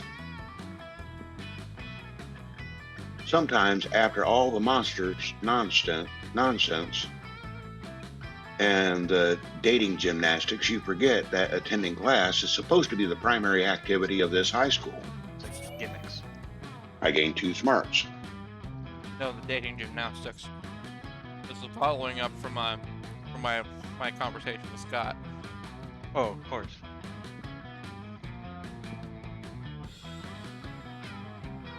Class, you're having a hard time looking at the unspeakable Eldritch relic you're supposed to be painting.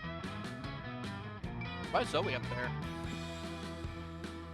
there? When Liam and Miranda thankfully provide you with a distraction.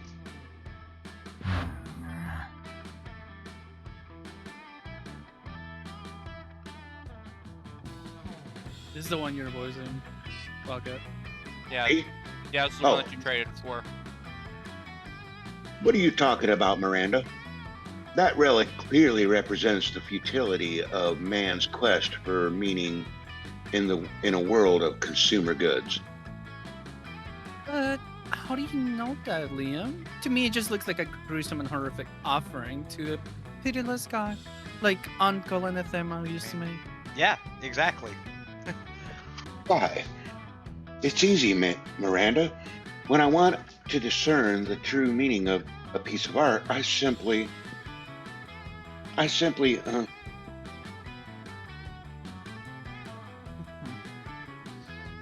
made it the fuck up. get it up. I'll go with that. You're going to make it up. Yeah. All right. Uh, I don't. Make believe, have fun. I want art to be about puppies. Yes, a mountain of puppies all the way up to the moon. That's not. Well, I suppose it's as valid as any other interpretation, and it's quite unconventional. So, does that mean that I get it right? Yes.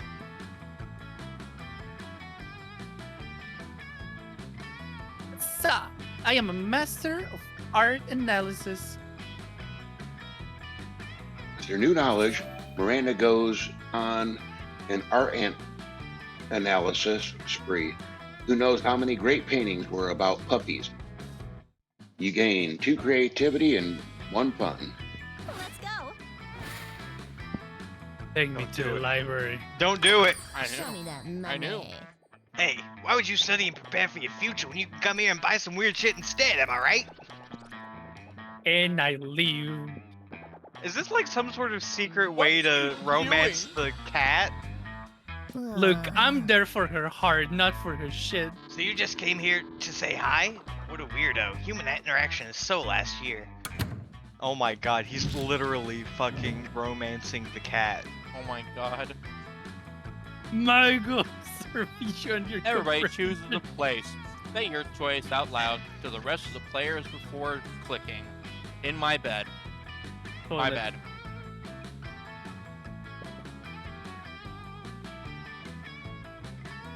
Alright, who's next for choosing a place? Deepest pits of the darkest abyss, where no light, no life, and no hope can ever hope to dwell. Sounds in my bed. Right? Oh yeah, I guess I... Alright.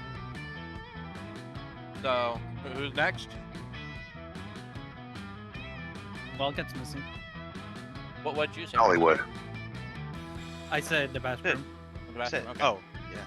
Alright, so we got bathroom, Dollywood, darkest depths of something, and My bed. Deepest bad. pit of the darkest abyss, where no light, no life, and no hope player can ever... order is decided well. based on how likely you would make your children change schools if after their current school is made inaccessible due to renovations, you were told that it would be holding classes in this place for the next 3 months. Hollywood's pretty cool. I think I'm in with a chance on this one. Especially considering with COVID and everything, your kids are kind of already doing their classes pretty much there. See, that's the problem though. Like, I'm gonna read this again. What it's actually asking is how likely you would be to change your schools if suddenly your current school said that they were going to be holding school in the place that you chose. Yeah. So you know what? So, I would be more than happy to change schools if their current school decided that they needed to take classes in my bed. It's not as bad as a toilet. Yeah, but more likely than you would be to change schools if they were going to send your kids for 3 months into the darkest pit of the deepest abyss where no life, no light, and no hope can ever dwell. Yeah, I think toilet's worse than that. I probably, mean, you're gonna have yeah. to smell everyone else's farts. Honestly, that sounds like a win to me. Hollywood, you get engineering, geometry, spatial dynamics, Alright. gravity. I You get a want- lot I of wanna You're make arguing it- against yourself Okay, here, Wildcat. Wildcat, I want to make it clear what it's actually asking. Right now, it's saying if your kids were going to school and suddenly they said, "Hey, for the next 3 months, your kids are going to be going to Dollywood instead." Yeah, that's What- not very educational. No. I understand. No, you don't understand. What I'm Maybe saying I don't. is, if they suddenly said your kids are going to Dollywood for the next 3 months, how likely are you to say, no, fuck that, I'm changing schools so that they don't go to Dollywood?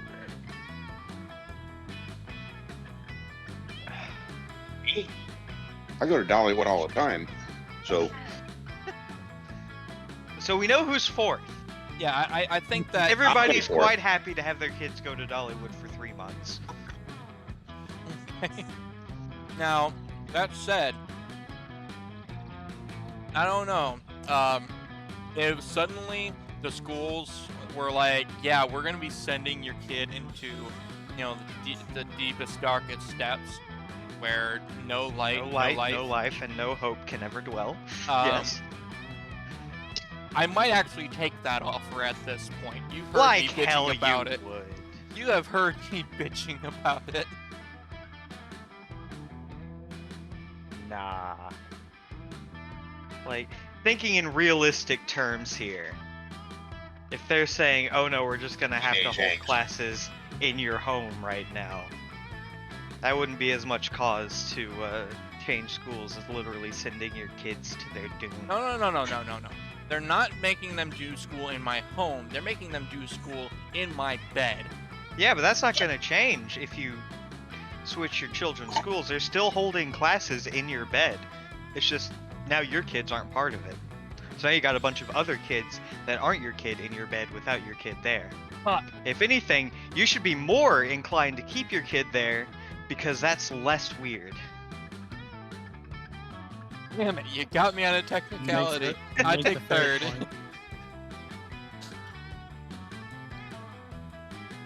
I didn't even think about that. You fucking twisted it right back on me. Like I can't even be mad. Like that's just a good argument. Now we have to choose between my thing that I'm not going to say again and Ryzen's bathroom. Big as your bathroom. To be honest with you, I think Ryzen might have this one. Yeah, you don't want to go there after my parents go. I mean, but isn't that a similar situation though? Like, at least. Oh, it then- is definitely the deepest pit of the darkest abyss where no light, no life, and no hope can ever dwell. No, but it no. also stinks.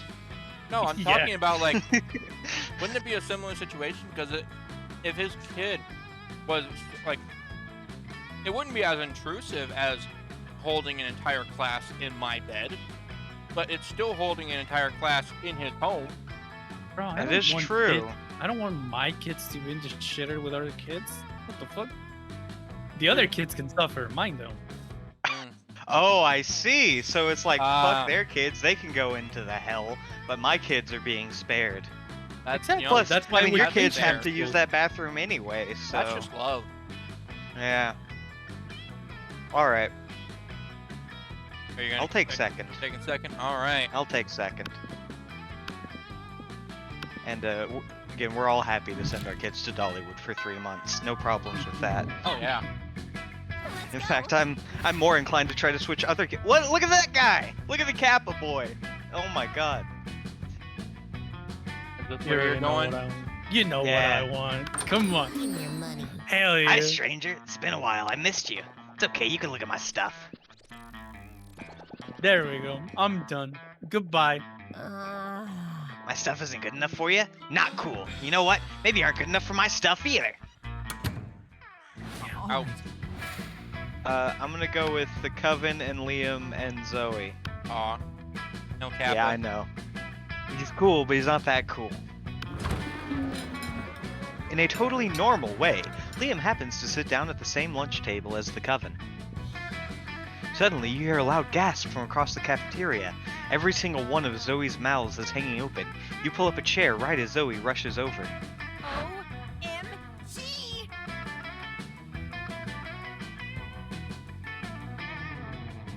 Whoa, is that what I think it is? Liam and the Coven sitting together? Do you smell a fifth season revival?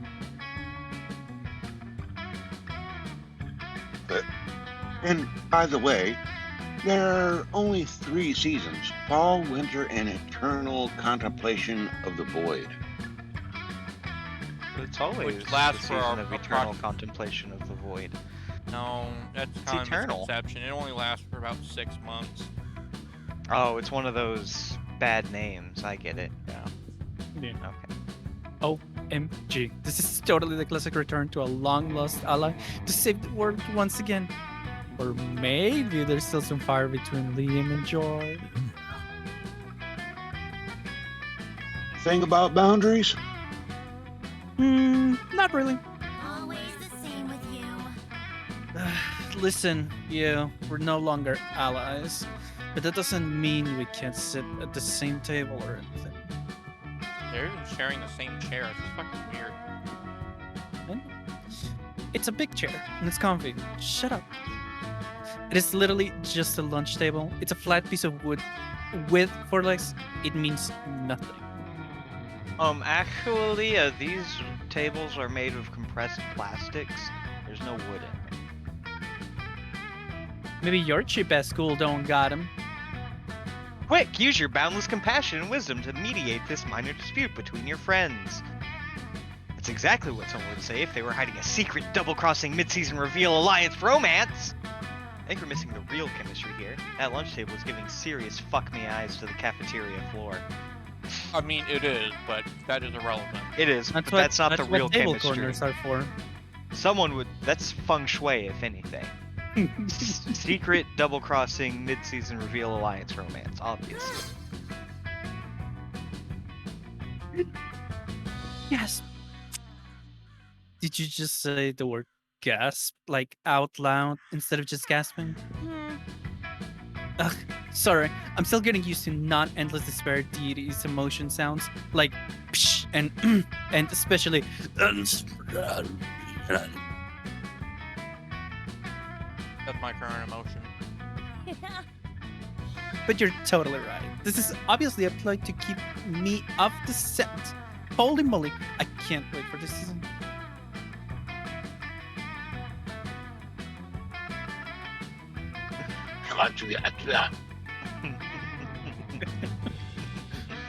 Zoe looks overjoyed. You better start practicing your own emotion sounds. Yay! Pizzazz! And smooch. Sure.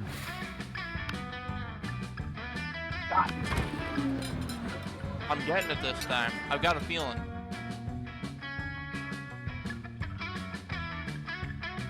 Alright, 1 second. I have a feeling as well.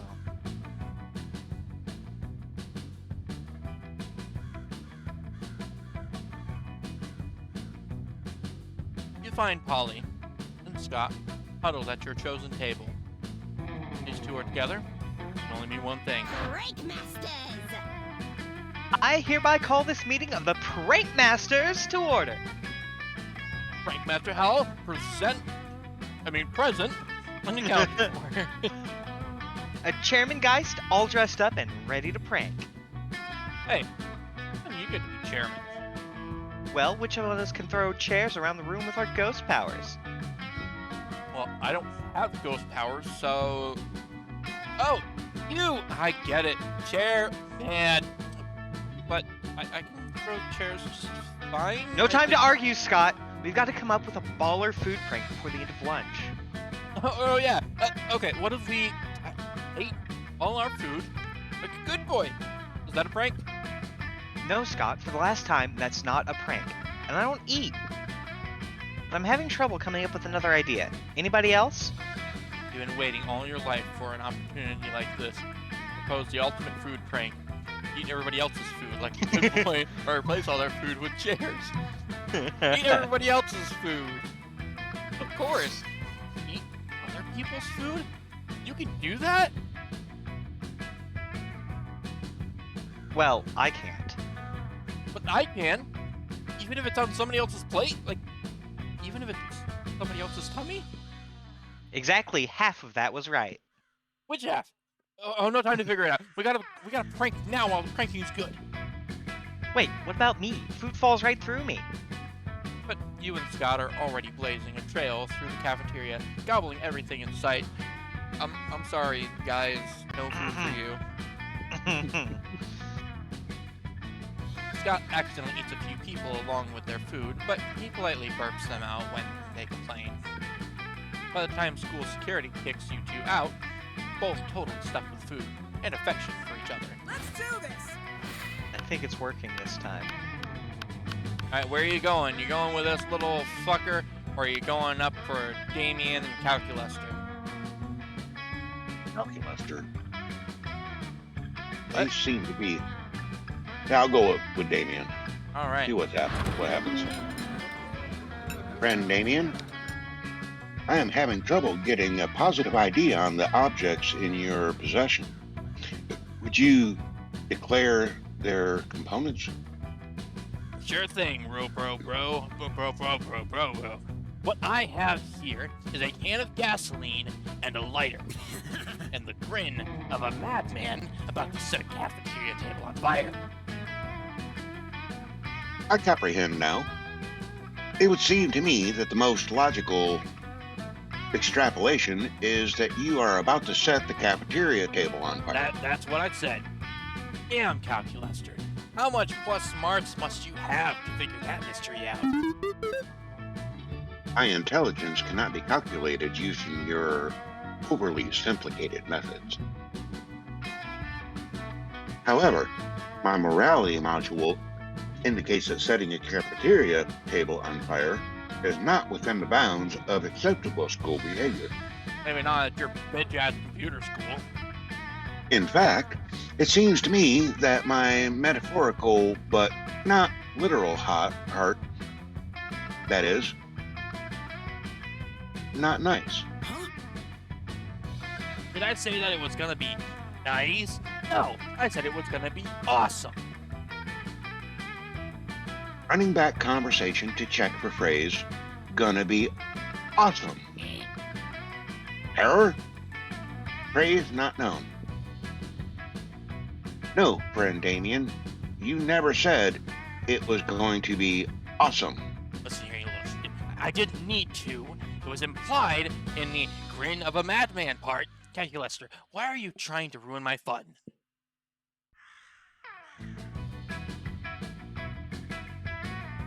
It's a matter of perspective, Calculuster.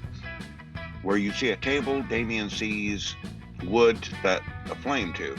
Cool. Cook his food. So Damien is totally in the right to set it on fire. Calculuster is right. Damien, be respectful. Do not set the table on fire. Set fire to the cafeteria table designated for arson. I'll go with the last one. All right.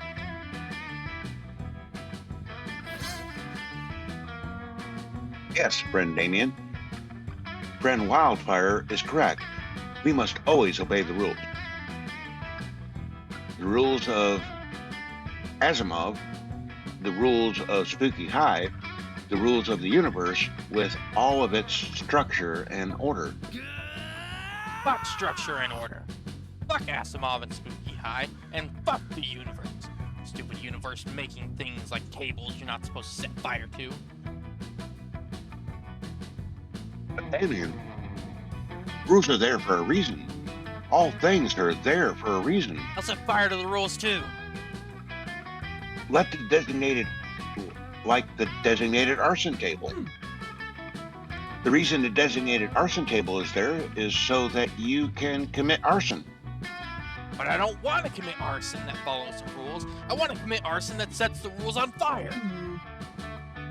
Friend Damien, if you set the table on fire, surely crazy Martin, the werebear janitor, will give you detention, and you will set nothing more on fire for the day. I don't think he broke out of the Dark Day for Retribution yet. Whereas if you set the arson table on fire, you may be free to set many more things on fire for the duration of this day and every day. Dope. I am happy. Thank you, friend Wildfire, for helping talk sense into Damien. I think we did a good deed here today. A good deed? At Smoky High? Perish the thought. Change places. Everybody chooses a food. Say your choice out loud to the rest of the players before clicking. And once more, Macaroni and Randall cheese. is already chosen for him. Shit. What was it? Like cherry. Yeah, something cherry. Might have been just cherries. No, it was cherry something. Cherry Jubilee. Cherry's Jubilee. Cherries Okay, I'm gonna have to fucking look up what that is. It's apparently Cherry's Jubilee is a dish that's made with cherries and a liqueur such as Kirschwasser. It's then flambéed and is usually served as a sauce over vanilla ice cream.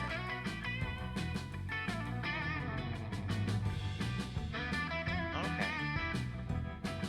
I'm gonna go with chicken empanadas. And cheese. I didn't. If there was more to that Wildcat, we didn't hear it. We just heard and cheese. And cheese. And cheese. Okay. No, I'm going with bangers and mash. Player orders decided based on how funny the nickname Gizmo, the cool bangers and mash would be. Start debating now. Gizmo, the cool cherries Jubilee. Doesn't have much to be said there. And Gizmo, the cool chicken empanada. Nah. I think that the obvious reason is cheese. That's the Mac winner. and cheese. He's the cool And cheese. Gizmo, the cool mac and cheese. You know, whatever we decide, I think I've just got 4 pretty neat nicknames out of this. Right? So I've already won.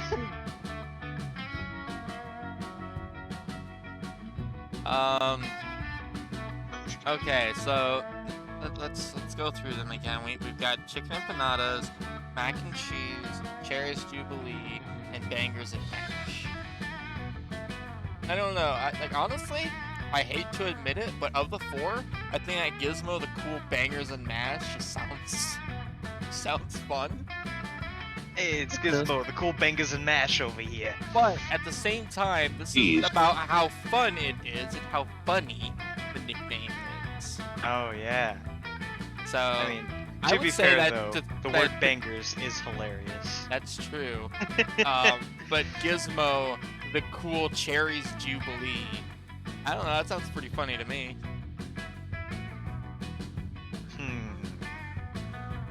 Gizmo, the cool mac and cheese. I like the mac and cheese. Honestly, get- all of these I- sound amazing. I think mac cherries and the Jubilee cheese. is the funniest. We got 2 votes for cherries Jubilee. I mean, yeah, sure. It's just so belabored, you know? Like, All right. it takes more to say even than bangers and mash. That's true. Cherries Jubilee. All And there's right. nothing It funny rolls to off say the about tongue. that. All right. So second place is between the cool mac and cheese, the cool chicken empanadas, or the cool bangers and mash. Which honestly, I'd still think that bangers and mash is probably Yeah. the coolest. I don't know if it's the funniest. I guess mac and cheese would be Gizmos. second. I'll take second. So the cool mac and cheese is second. Yeah. You got any opinion on that, Gizmo? I'm happy with it. I mean, I am orange, so All right. Then the last one falls between the cool bangers and mash and the cool chicken empanada. Like bangers and mash is just cool. It's not really funny. It's just cool. Honestly, like, yeah, just the cool bangers and mash, like, that just sounds like a good nickname. fucking put on my bowler hat, wrap my knuckles in tape. Hey, I'm the cool bangers and mash. We get you. But yeah, I'll take 4th on this one. All right. I like whatever happens, I've already won. Yeah, not only I have got you a already suite of won, cool but it's things. not like That cat. it's not like you actually have to fight Ryzen on anything. He's gonna go to the outdoors. That's true. And fun's my dump stat. And it wouldn't even matter anyway, 'cause I can't go to the cat. All right. Well, my lowest thing is still creativity, so I'm gonna bump that shit up. That day, while rehearsing for the class play, you do a terrific job at acting. You act so hard that some of your classmates in the audience throw roses at you. 7 roses to be exact. Damn, roses aren't a valid currency or a stat in this game. Anyway, you check your converter app to see if this could translate into something a bit more useful. 7 rows equals 2 creativity points. Wait, you gain plus 2 creativity. Lovely. You're practicing your very best Monster Mash when you hear the sounds of an argument, which is so strange in these sacred, hallowed halls of education. Well, JK, can you imagine? Bro. Zombles! Hooray! They made me their king! They deserve the bestest, most wonderful king there ever was. And I'm gonna work as hard as I can to be that king, no matter what it takes. God, you realize they're not cute little baby animals in need of a king, right? They're furries. I know they're furry, Vera. I'm the one who told you that. No, Scott. They're furries. It's a kink. Yes, Vera, there are many kinks in my plan. That's why I need to work them out to be the best ruler. Forget it.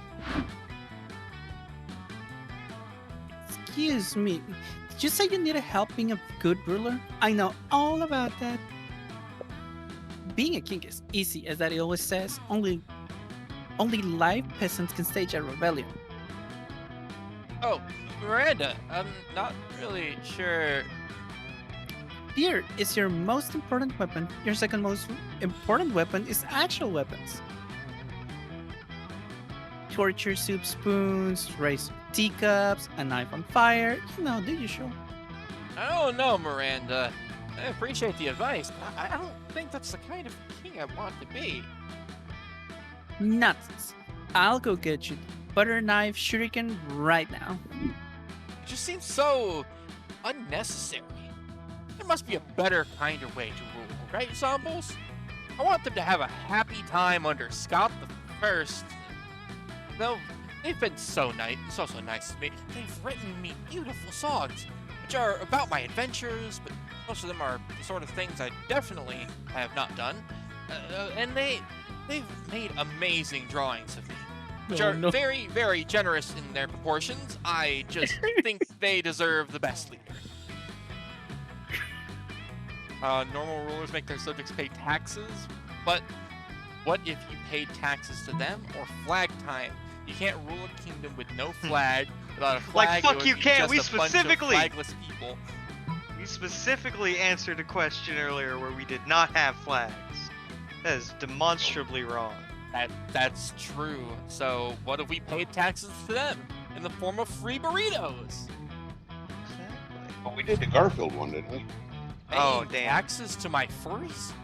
Sure, that makes perfect sense. If our president paid us a tax for leading us, I would definitely love that president. Fortunately, you both are super poor, so you spent some time creating what you call Scott Super Fun Furry Dollars. Got leaves all excited with some of your money. As your elders always say, any problem can be solved by giving money to strangers. Later, you stumble upon Scott again. He seems not so happy. There you are, Zombles. Your plan went terribly. You created so many Scott Super Fun Furry Dollars that the currency got super devalued. That led to lots of uncertainty about the kingdom's economic environment, causing demotivation for foreign investments. With the economy struggling that much, stress peaked and furries, once joyful creatures, have stopped creating their beautiful and often NSFW art. Turns out that beautiful and often NSFW art was the nation's strongest export. Now we're falling into debt, and the leading economists foretell at least 5 years of recession and a negative political climate. Damn the day we created those silly Scott Super Fun Furry Dollars. It was the demise of my kingdom. Should have never trusted a high schooler in matters of national politics and economics. I was a fool. Got Lee is sad, and with the burden of rescuing the economy of a country. Wait, really? A country? At just 21 years old. Doing that to a friend and potential lover is definitely not cool. 2's minus 2 smarts and Damn minus it. 1 fun. Let's do this! So you get for getting economical. True. Fucking Lord, taxes, man. You know where You want to go going. where? Oh, The gym. Jim? Alright. That day, an epic dodgeball match takes place. But the match isn't as important as the human interactions within it. You're at your peak when you decide to go for the overkill and wink at one of your teammates. He's totally mesmerized. It's the most epic wink ever. And you know how to win over people's heart. I gained 2 charm. Oh, fuck. Jam is where you get shot. You hang out afterwards to impress Liam with your sweet momentgram filters. You're really making some headway when Greetings, my love. Never fear, poor teen. I am here to rescue you from the drudgery of high school. I suppose your heart's in the right place, but I'm afraid there's no experience novel enough to conquer my limits. Anyway, Not even marrying an interdimensional space prince.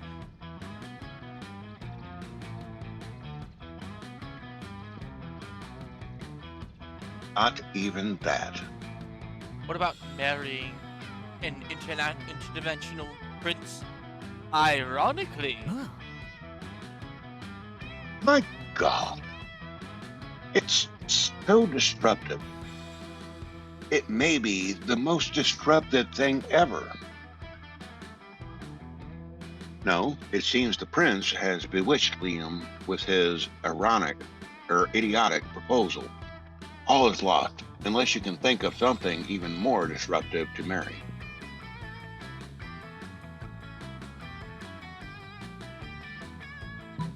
The concept of marriage itself. Okay. That's the one you're going with? Yep. But you can't marry marriage. Maybe you can't, but that's only because you do not possess the soul of a poet. So authentic. Don't you see the brilliance of this scheme? No. Marriage is monogamous. If I marry marriage, then no one else can marry. It's the most disruptive marriage of all. See. So long, poser. I'm off to deflower a precious social construct. This. How is this gonna work? That's not This right. will surely put a stop That's why to it's the so prince's transgressive. practice of proposing marriage to random high schoolers.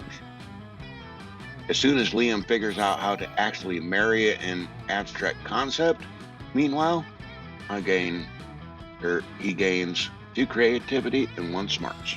Let's go. Take me to my beautiful. Hey, stranger. Oh, you missed me in my shit, huh? Worry no more. All this shit can be yours if you have the money. Not me, though. Come on. I don't know, that face says otherwise. Whatever. Let's just leave. Oh. You get that the whole point of running a business like this is to sell stuff to people, right? I think you're missing the point, sweetheart. All right. Alright, how are my stats looking? Alright, let's get some more boldness from the bathrooms. So bold. That day you skip class and just hang out in the bathrooms because you respect no authority. While in the bathroom, you tell yourself in the mirror that you're so bold you would kill a tiny big-eyed turtle with your bare hands. Because fuck turtles! Fuck That turtles. monstrous act would instantly give you plus 500 boldness. But come on, you're just talking to yourself in the mirror. What's the merit in that? You know what? You can keep plus 2 boldness anyway for saying that to yourself out loud. You spot Zoe and say hello. She seems to be in a pretty good mood. Oh, hey.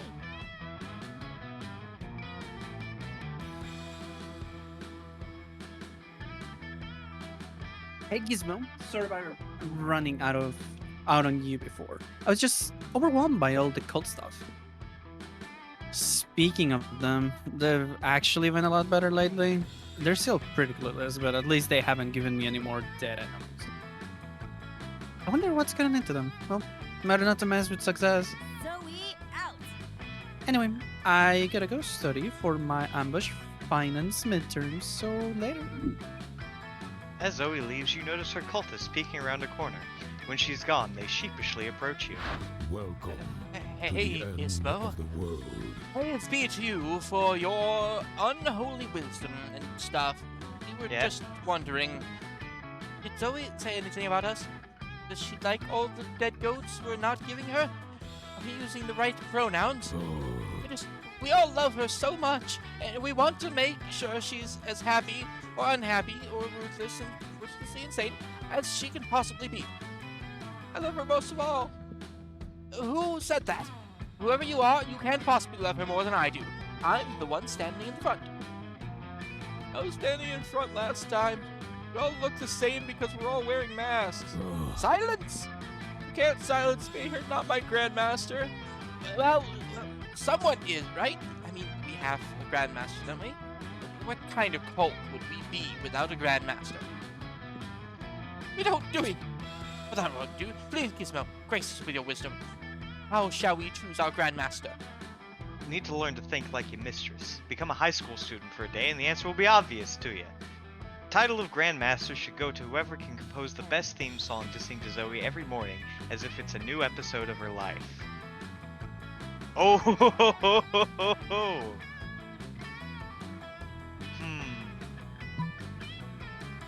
Do I have the creativity to pull that off, though? Good question. Fuck it, let's go with the theme song anyway. Theme song. So creative. Woo! A theme song?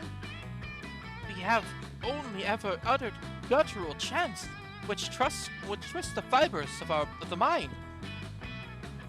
This is what our mistress commands. It must be done. your words Let the will brainstorming begin. The But cult pulse is all split up. Those best theme songs they probably can. Some write feverishly on notepads. Others sing quietly to themselves. One of them just does a bunch of squats for some reason. Finally, they reassemble to deliver their results.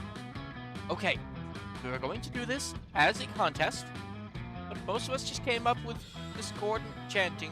One of us blatantly copied a burrito at Jingle, and one of us spent the whole time doing squats, and now her legs are tired. So tired. let the Anyway, ritual I'm the only commence. one who actually wrote a song, so I guess I'm the Grandmaster now. Here, have a listen. We are the cult of Zoe. We always sing her praise, and if you think we can't, we'll torture you for days. That's why the people of this plane believe in Zoe, or else they get slain and eaten. Well, what do you think? It's not really a theme song for Zoe per se, but you think she'll probably get a kick out of it anyway. You gain +2 fun and +1 boldness, and Getting choose even not to more tell them boldness. that it's blatantly ripped off from Steven Universe.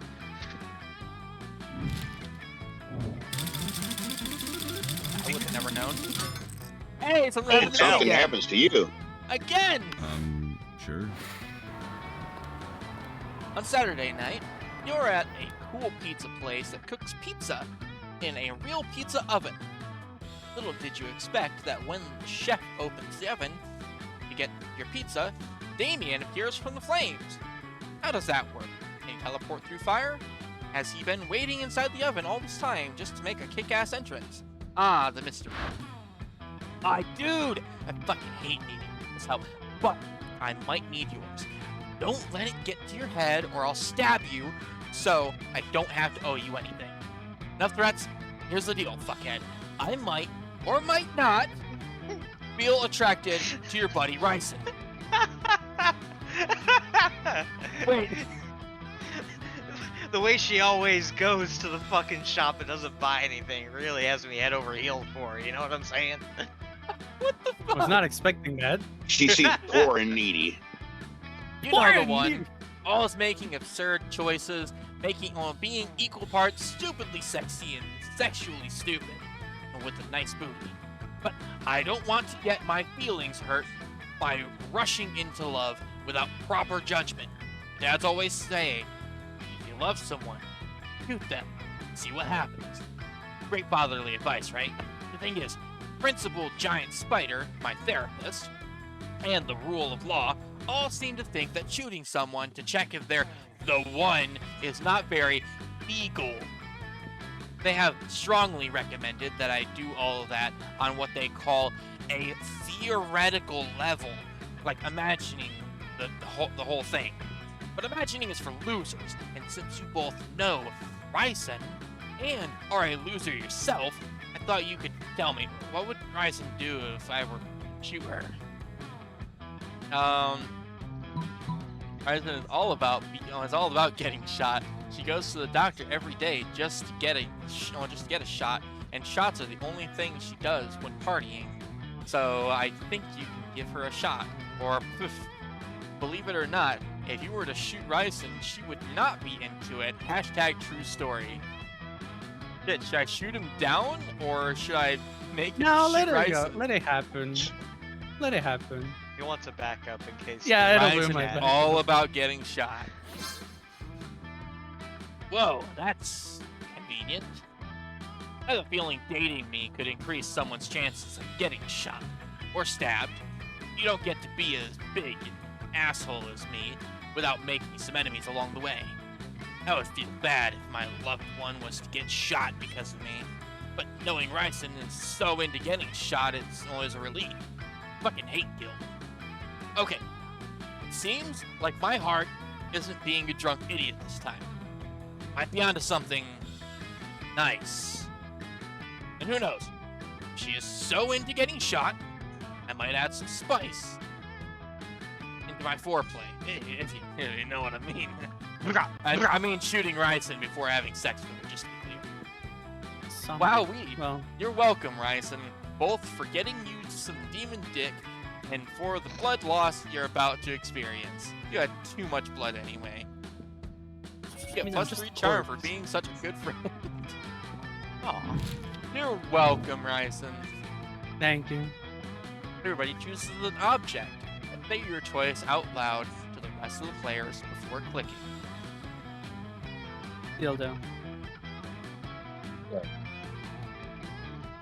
What was that, Wildcat? Shed.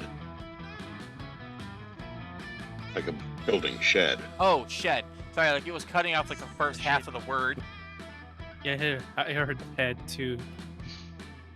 Same. Well, that's an object too. But yeah, well, kind of. What a you lot of got, different things. Snuffles? With the people. Object. A cell phone. A Roman coin.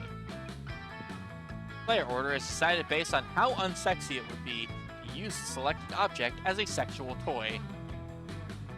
Damn it! Pretty sure a shed would not be a very good sexual toy. I don't know. I Would think you be, could do but- up a shed pretty nice and have it be a place for sex. But it's not a toy. That would be pretty sexy. But it's a sexual toy. I mean, it could be your torture shed. This is my gaming room.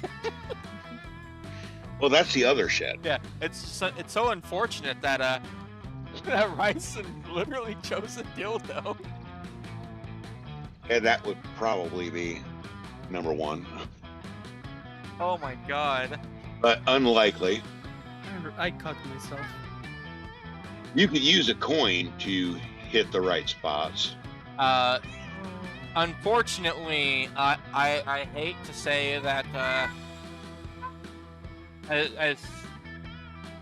don't know. I feel like a cell phone is not going to be. It vibrates.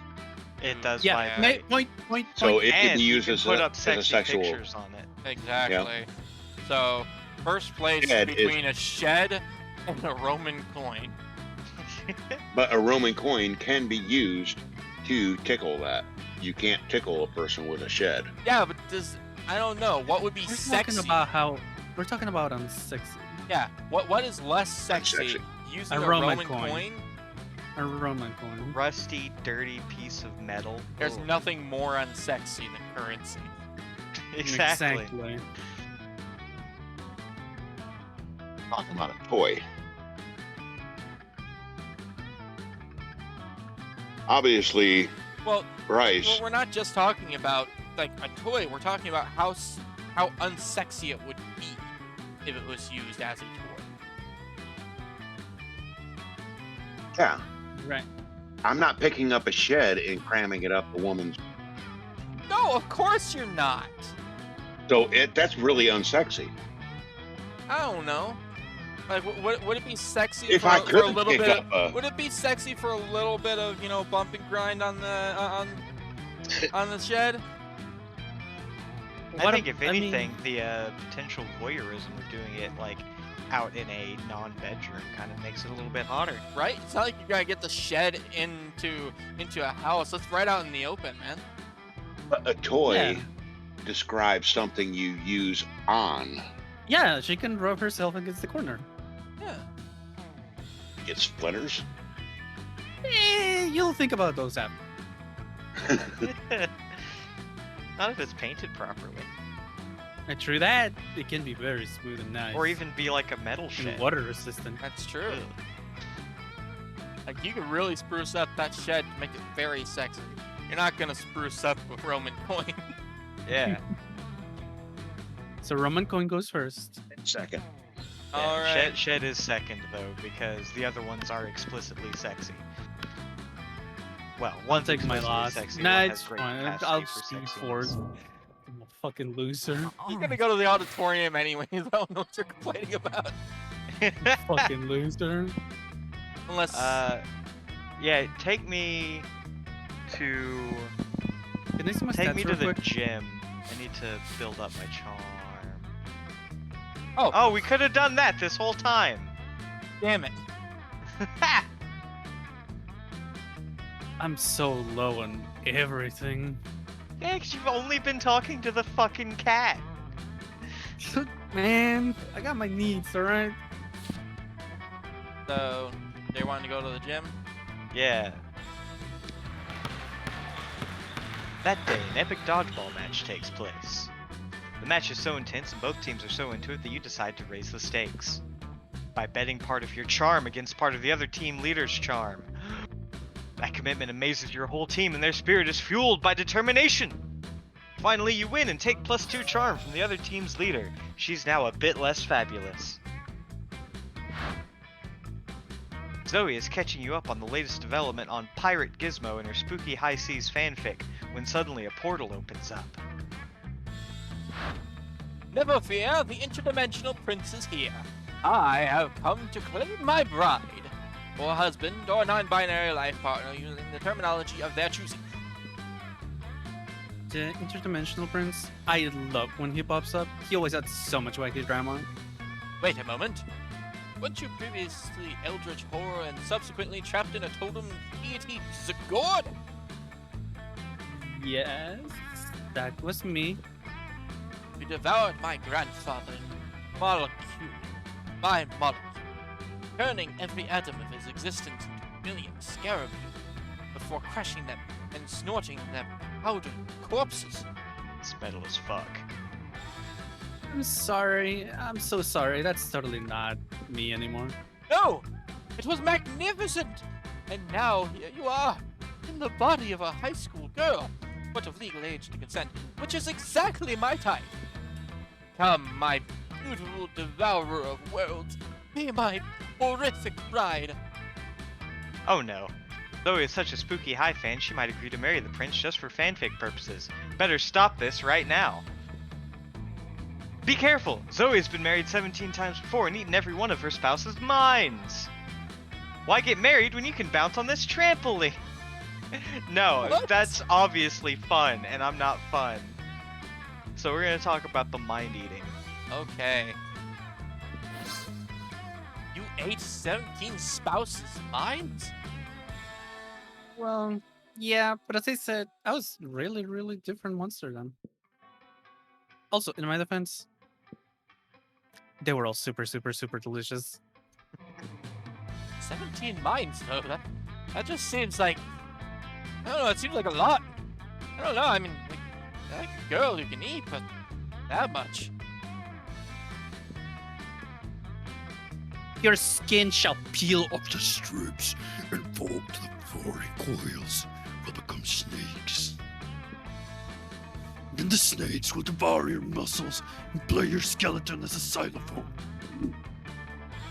Actually, let's not gonna let it out of his mind just then. Way too salty. not marriage material at all. Damn, Zoe is a boss. Glad she's still unwed, and you get +2 fun and +1 charm for your troubles. Hey! Hey, there you go. Where are you going, Wildcat? Go to the bathrooms. Going to the bathroom. All right. That day you skip class and just hang out in the bathrooms because you respect no authority. But you don't stop there. You want the world to know how reckless you are for the rest of eternity, so you do some graffiti on the walls. No way. Oh no. Oh no. No, not more graffiti. The graffiti says, "I'm bold as fuck." And you know what? It turns out the wall is a magical wall that grants wishes. What a wall. A deep voice resounds from within the wall and says, "Well, not bold as fuck, but maybe a bit bold." And then you gain 2 boldness. Oh boy. That's an opinionated wall. Anyway, lucky you. Later you see Liam scrolling through his phone, looking like the embodiment of an emoji. Whatever it is. Ennui. Ennui. Well, Wildfire, what are you doing? Stalking classmates for romantic purposes and offering rather absurd advice? Magnificent. I could use some rather absurd advice. I was exchanging messages with a were-koala on this dating site and all was going well for a time. Lame. But I've grown tired of our exchanges. He's a bit clingy. And being clingy is my 7th biggest turnoff. Right between sarcasm, illiteracy, and actually being a pickle and not a person. Fucking Liam's a bigot, man. Right? Post-mortem protocol dictates that for me to just ghost him and never talk to him again, but that's horrible. And I would never do that to someone. You see, I'm Liam, handsomely mysterious, yet a true gentleman. But neither do I want the emotional turmoil of telling him how I really feel and having an actual conversation about this. What an ordeal. So I've settled on just sending him a bunch of emojis and then never texting him again. That should do it, right? Well, that sounds pretty modern. The thing is, how can I convey this complex array of sentiments through the friendly language of emoji? Didn't they make a whole movie about this? Yeah. It's your time to shine. So show Liam your excel at complex statements so he might someday feel like sharing them with you.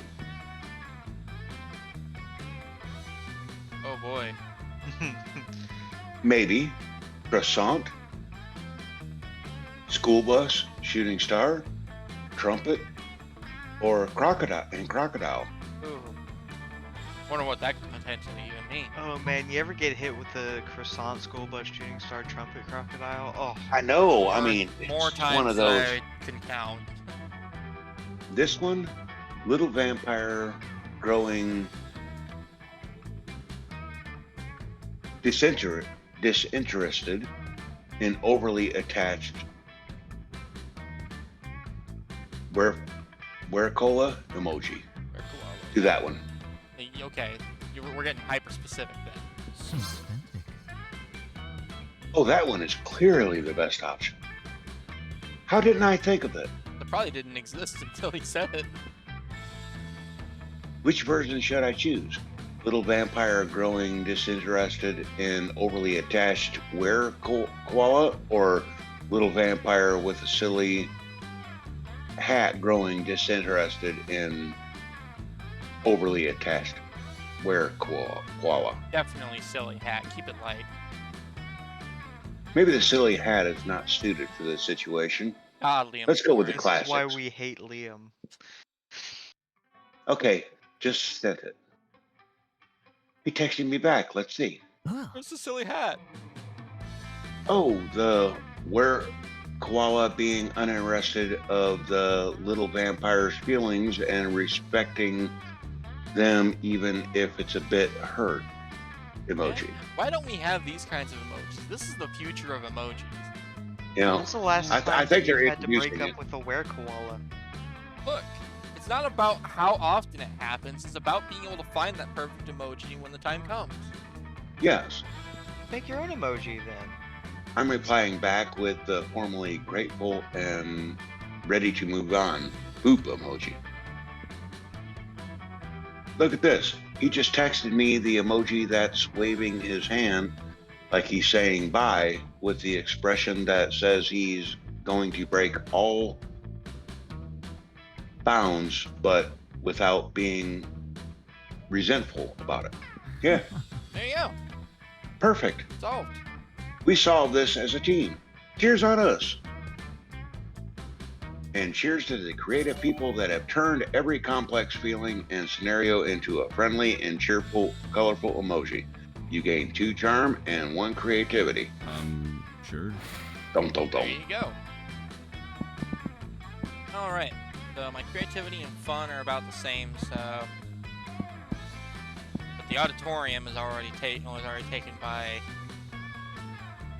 them. I guess I'm going out first. Cat That day fetish. during recess, you start a half-hour rave that goes full crazy. You're talking to Juan, the small magical Latino cat, when he tells you One! that you won't ever be as fun as Bob the scary clown. You accept the challenge, go straight to Bob, stab him several times, open his bleeding chest, and eat some of his guts in order to consume his fun. Really? You think that's how this works? Well, it is! You gain +2 fun. From poor Bob. He knows what he did. Later, you hear an unmistakable growling that can only mean one thing. The galactic lions have broken through space to devour one of the smaller, weaker students. No, wait. It's just a wolf pack. I guess it could have meant 2 things. The last time. Is this a bromance or a bro treason, broski? You're my teammates, my family, and I'm not trying to be a bad Scot, but This is the 3rd month in a row you've missed our full moon bro down. We got together and practiced a wolf pyramid and then helped each other inject sheep steroids. We played flip cup with lamb's blood spiked with natty ice.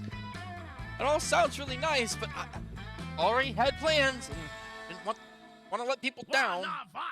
Bro, you're a wolf. Are you with the wolf pack or are you with those other monsters? Oh, damn. You're one of those other monsters. Better do something. Teach you a new game, extremely long-distance fetch. Or, guys, on the inside, aren't we all wolves? Ooh. There are 2 wolves inside us. One is addicted to cocaine. The other is addicted to cocaine. You are addicted to cocaine. Apparently I have it because I gave it in the beginning. Ooh. Like I don't know, if I try to do extremely long-distance fetch, that might actually... Might send Scott with them. Might be a bad thing. Don't fuck it up at the end. Aren't we all wolves? I've got stats to cover either one, I think. Still charming. Bro, that's like deep, bro. Like super deep. Maybe too deep? Nah, bro, the perfect deepness. This is exactly the kind of question we need to be asking ourselves as SJWs. Yes, super jacked wolves need to be socially aware too. Oh, now I get it. We're all wolves because we all pee in the same toilets, or because school is one big wolf pack. Bro, maybe it is. Maybe it is. Wolves wander away to Right. ponder this further. You're not sure they're sold on this or that they're entirely sober, though the effects may not last. Awesome, bro. Wow, Hey, bro, can you hand me that pamphlet, bro? you sure know a lot about wolves, and life, and everything. You must have a lot of smarts. Nah, my smarts are only 9. Scott looks at you with awe. You have a feeling that he's just gained a lot of respect for you, while you gained +2 smarts and +1 charm. I stand corrected. My smarts are actually 11. Let's go. Are your goals still beyond our understanding? Look, the problem is that fucking he just out of nowhere, like Damon just out of nowhere said they wanted to do shit with me. You want some So- of that demon dick? So are you going for the demon dick, or are you sticking to your guns? Let's go to the sorry. Give me your money. Let's face it, you're probably gonna end up losing your money in some stupid way anyway. Why not spend it here first? It's just called being smart. Uh, Give her a little bit of cash. give me that gift. Fuck it. Give me that gift. See, And I'm wise it enough to know when a is- gift needs given. Yeah. Fuck my jingle bells. Itchy as fuck, but form over function, bitch. That charm, though, look at it. 20 charm. Everybody, choose an activity. Say your choice out loud to the rest of the players before clicking. Open heart surgery. Roller Netflix. coasters. What? Roller coasters. Roller coaster. Riding roller coasters. Okay. Netflix and chill. Snorting cocaine. Player order is decided based on how bullshit-ish would be if a pseudo health magazine preached that doing this activity every morning will make you live longer. I mean, Throwing cocaine is cocaine. pretty high up there. Keep you energized. To be fair, there was a time where that was pretty much thought to be Yeah, healthy. it was putting coke. And it was super bullshit. It was provably bullshit. That is true. I'm going to take 4th because hanging upside down for 3 seconds at a time See, is actually really cathartic. I was gonna take 4th because I feel like a full open heart surgery would really keep your ticker running at full capacity. Especially if you do it every morning. Yeah, and then by the time you're done, it's time to go back in for another open heart surgery. Right? There you go. All right, I'll let you take 4th. The gajillion-dollar man. Could be so improved, but never be able to make use of it. Yeah, but you'd be living really long. They'd have to keep you alive because you're on their watch. All right, so in Like that the case, Hippocratic Oath or like something. first is definitely gonna be cocaine. Like, so Cocaine for life. yeah, cocaine is bullshit. So, like you two are fighting for last place, so I guess I get second by default with my Netflix and chill. Yeah, I could see like, I could genuinely see that being. No, actually, roller coasters, they have so many warnings with roller coasters. Like, I was gonna say that actually, like, well, as bullshit as it is, I honestly think that Netflix and chill every morning wouldn't be like the most bullshit of the 3 options. No, like I could see that kind of like helping your mental health in a way. Exactly. So- So I don't I'll want to take take second. second place. I'll take 2nd. All right. So hanging upside down for a while 3 seconds at a time. is more bullshit. A Than little more Netflix and bullshit chill. than Netflix and chill. Okay. But and then- nothing's as healthy as an open heart surgery every morning with It's your true. coffee. All right. Lunchtime. Let's go. Eh.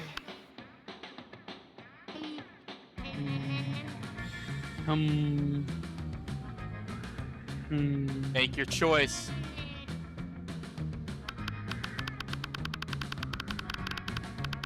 Look at how indecisive you are. Let me go to the weirdos on the left side. Fuck it. I'm not doing shit this time Oh around. shit!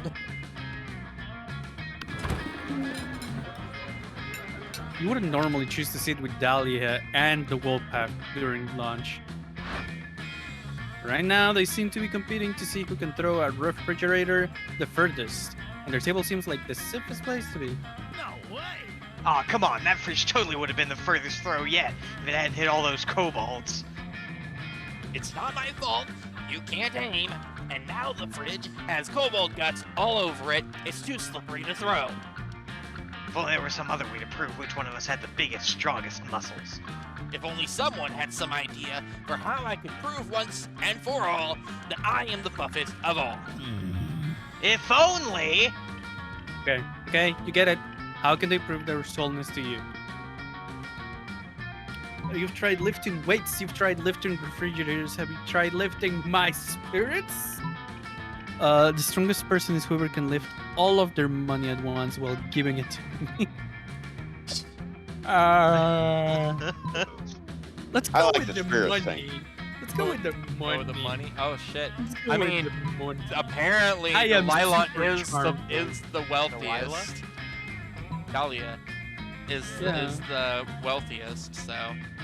Let's get down to business. Truly a challenge worthy of my magnificent muscles. I shall carry forth the mountains of gold bullion which slumber in my dread vaults. We'll lift the entire $40 out of our collective wallets, plus all our credit cards. Haha, this is easy. We must be really swole. Look how hard Dolly is working to lift all that gold. You fools, this gold weighs more than your puny wallet. Ryzen didn't say anything about weight, bro. It was implied, you cretins. Hey, what's a cretin? Step in and calm both parties by suggesting a simple solution. Give all the money to you and let you compare. You can't carry all of it because you're not sold enough, but you do manage to make up with +4 money. Let's do this! Hey. God damn. God damn. Alright, where you going, Wildcat?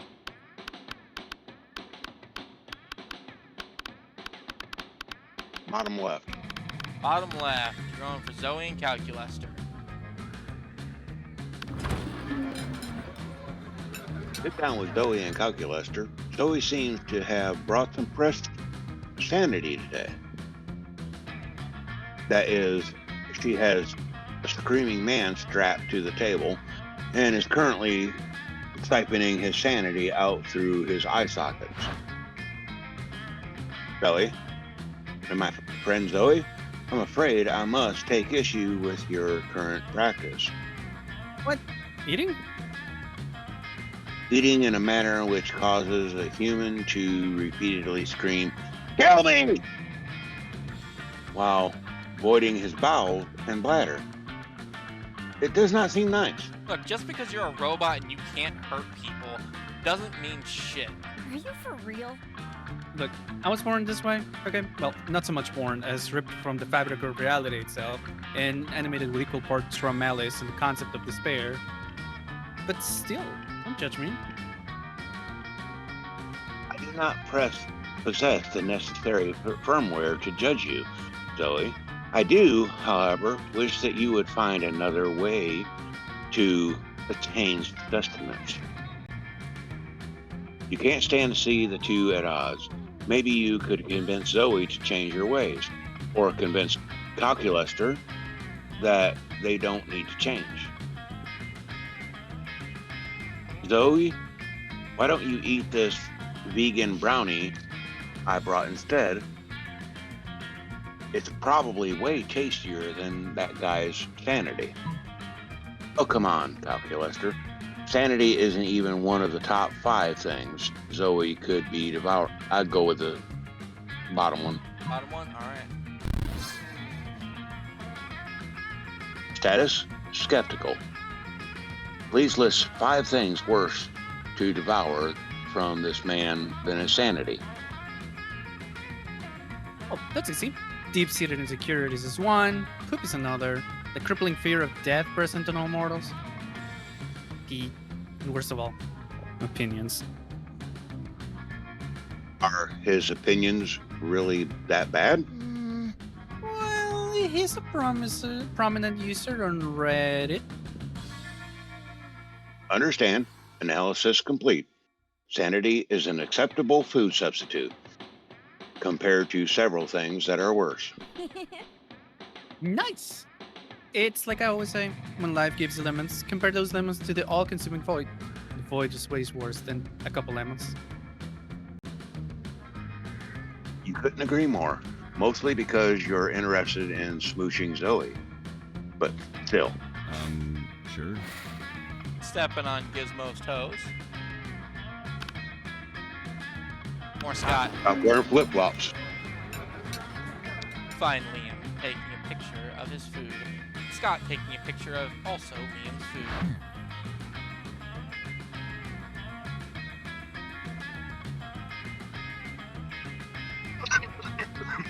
Oh no, Wildcat's dying. Oh god, Sorry. he is actually dying. What he gets for stepping on my toes. Ah, yes. Scott, snap away. My artistic plating is too magnificent to ignore. What? Artistic what? I'm playing Pokemon's Go. Mobile version of the hit Pocket Humans game. What do Pokemons have to do with my food pick? There's a level 43 Bernard Henson hanging out in the middle of your plate. Here, take a look. Scott, why does your phone show a tiny human doing pottery on top of my eggplant ravioli? You mean you don't know Bernard Henson? He used to be a chartered accountant, but now he's decided to pursue his dream of being a world-famous potter. That major life change has made him super rare. Humans almost never follow their dreams. I don't care how rare he is. His presence is spoiling my pristine food pick. Spoiling it? But pocket humans are way cooler than your boring old food pick. You take that back. Uh-oh, tempers are running a little high. Like it's up to you to settle this dispute. Scott's right, Liam. Why take a normal, cliched food pick? You can take a food pick of Scott capturing a Pokemon off your food pick. Or Scott, look over there. There's a Stuart Hogarth on top of that pile of mashed potatoes. Now Scott's right, man. Fuck Liam. Right.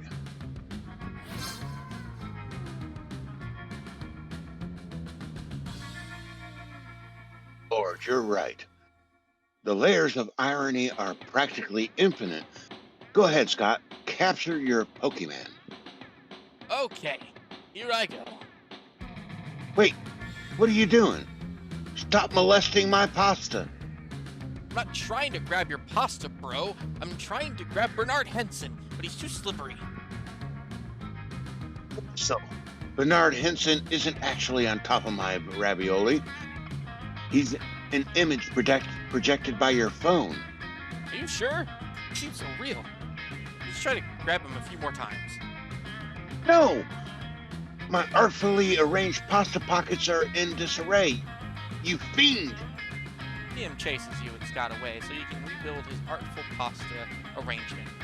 Bond with Scott by teaching him how to actually play Pokemon's Go. Alright. Uh, Guess I'll sit with Damien and Polly. Alright. You arrive at your chosen table to find Damien dejectedly hefting a ball of mashed potatoes, while Polly sadly passes her hand through the same.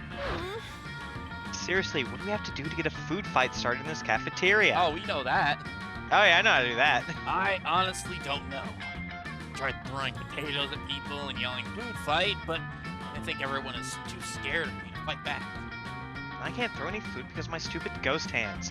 Plates, mirrors, antique furniture? Sure, but not food. There's gotta be a way to provoke a food war. My dad's always telling me to be more political.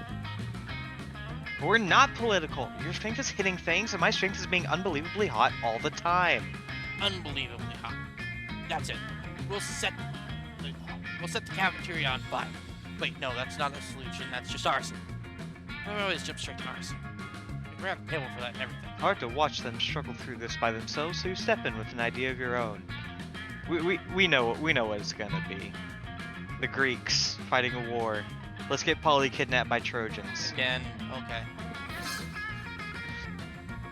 I like where your head is, but I'm not super into being kidnapped and shit. What if we skip some steps, some good old flashing?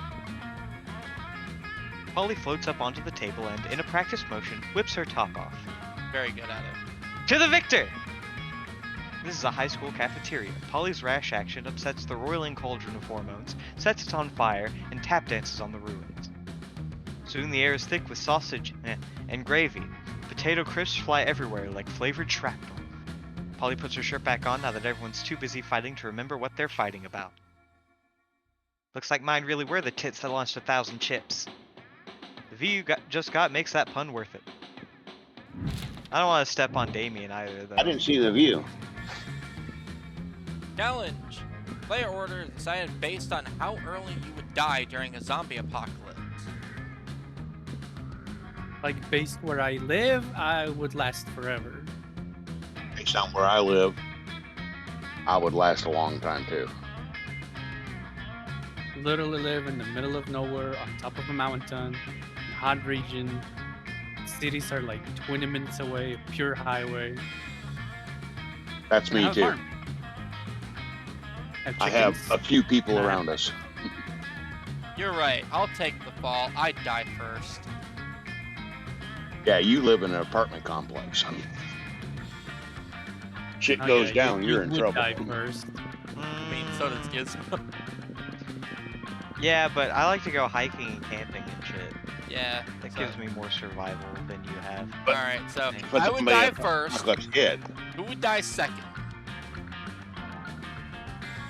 I mean, me, because I'm in the other apartment complex. Fair Yeah. enough. Alright. And then... I live on an acre. I Yeah. mean, let's go by age to settle this. I'm younger than Wildcat. That is a good point. Ouch. Even if we both have the perfect conditions, I have more life than me. Yeah, I have more statistically. experience. No, but like, if you both don't get killed by the zombie apocalypse, you're going to die before Ryzen dies. I'll take it. Just because you're going to age out of life before he Oh, no, does. we're arguing who goes last. Yeah, because that's less important than who survives, goddammit. Sure. Alright, this is the last choice before we actually choose our prom day.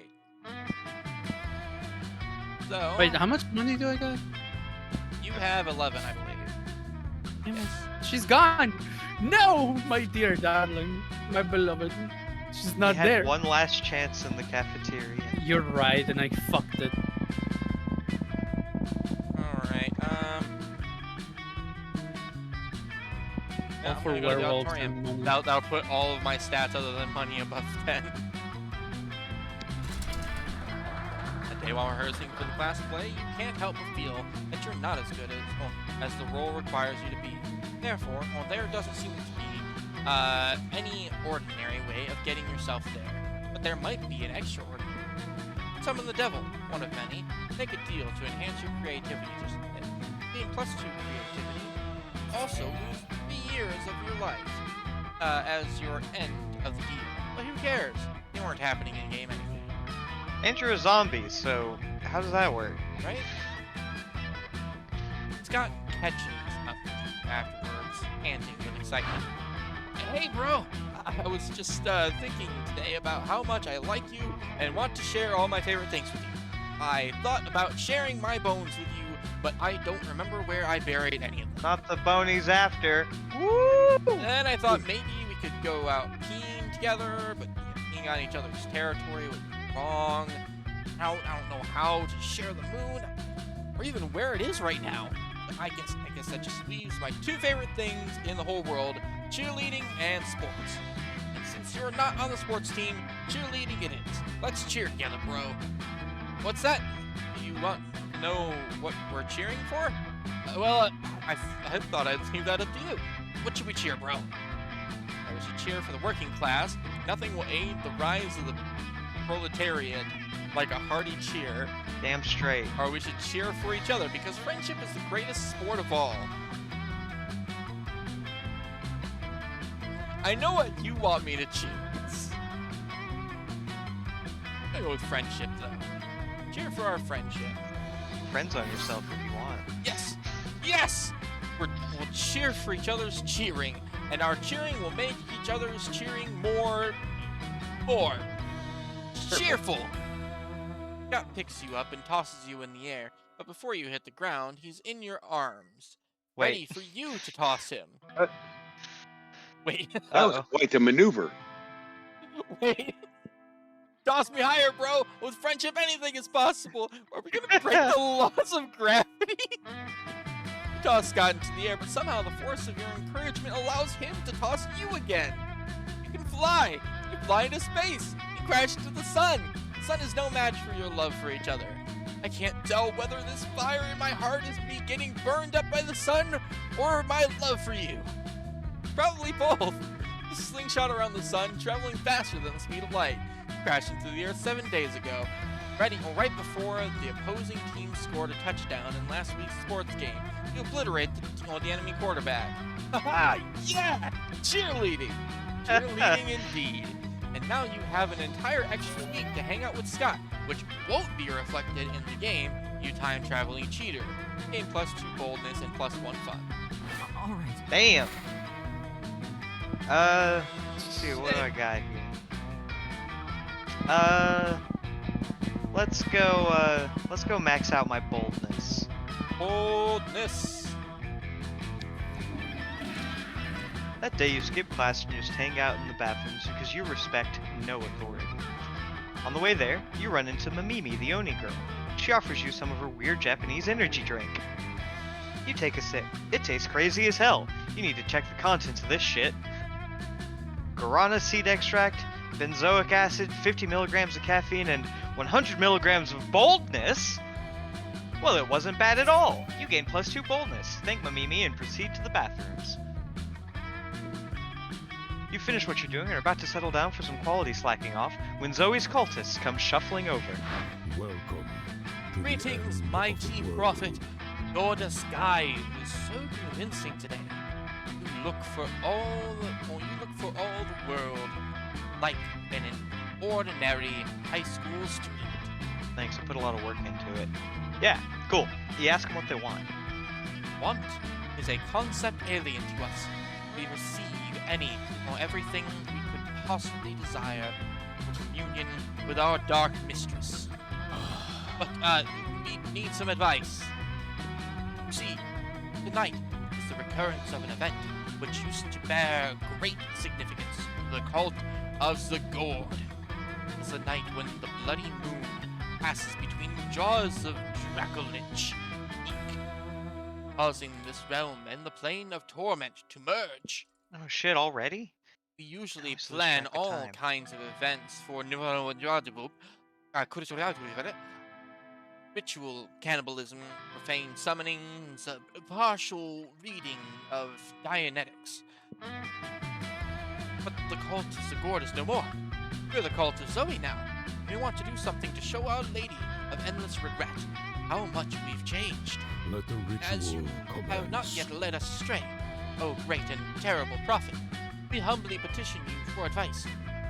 What ritual would be worthy of mighty Zoe? Alright, so what you gotta do. Classic cult suicide, except instead of drinking poison, we all drink a delicious blue flavored energy drink. I got the perfect shit, it's got like 100 milligrams of boldness, it's amazing. Most powerful bonding ritual ever. A cute slumber party!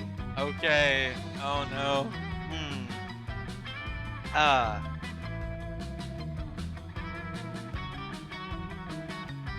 mean, you just drank a sick-ass energy drink. Yeah, I gotta sell this energy drink to my guys. Let's do that one. Today, So we creative. respect your word. Truly, your mind is as twisted as the spine of Nagolia. The herniated.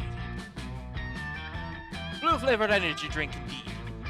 No foods in nature are blue, and yet many blue-flavored energy drinks exist. It is an enigma, a fiendish riddle, an affront against nature itself. It's perfect. Where shall we acquire a sufficient quantity of such an unnatural elixir? Luckily for everyone, you spent the last 9 years stockpiling a lifetime supply of blue-flavored energy drinks. You know, in case there's an apocalypse that only destroys blue-flavored food and drinks. Gizmo, your wisdom and generosity never ceases to amaze.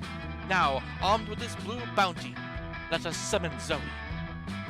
The cultist slaps into guttural chanting and unspeakable gestures, and within moments, Zoe materializes. What now? What's going on? Why are y'all drinking blue stuff out of cups with little straws? Ugh, this is a mad suicide, isn't it? Just when I thought you guys were coming around. No, no, mistress. We merely wanted to offer you some blue-flavored energy drink. Oh damn! Blue flavored energy drink? My favorite flavor. It's like, what is it even made of? No real food is ever blue. Joy and jubilation. It is just as our prophet Gizmo said it would be. Wait, you're their new prophet? So it was you who got them to use my proper name and stop sacrificing gods and all that? Call me the King in Orange. Uh-oh, are you in trouble or something? You hate trouble. You're rule. This is the best my call has ever behaved. Wait, Gizmo rules? We thought you were our ruler, Zoe. Oh yeah, well, we're both real then. We're co-monarchs. No! Alert, you And you know, I'm thinking we might want to consummate our co-monarchy, if you get me. Oh, you get her all right. Or at least you hope you do. You'd hate for it to be a thing where your brain gets eaten or something. Anyway, in the meantime, you gain +2 fun and +1 charm. Let's do this! Hey, you're in. All right, where you going for your last day, Wildcat?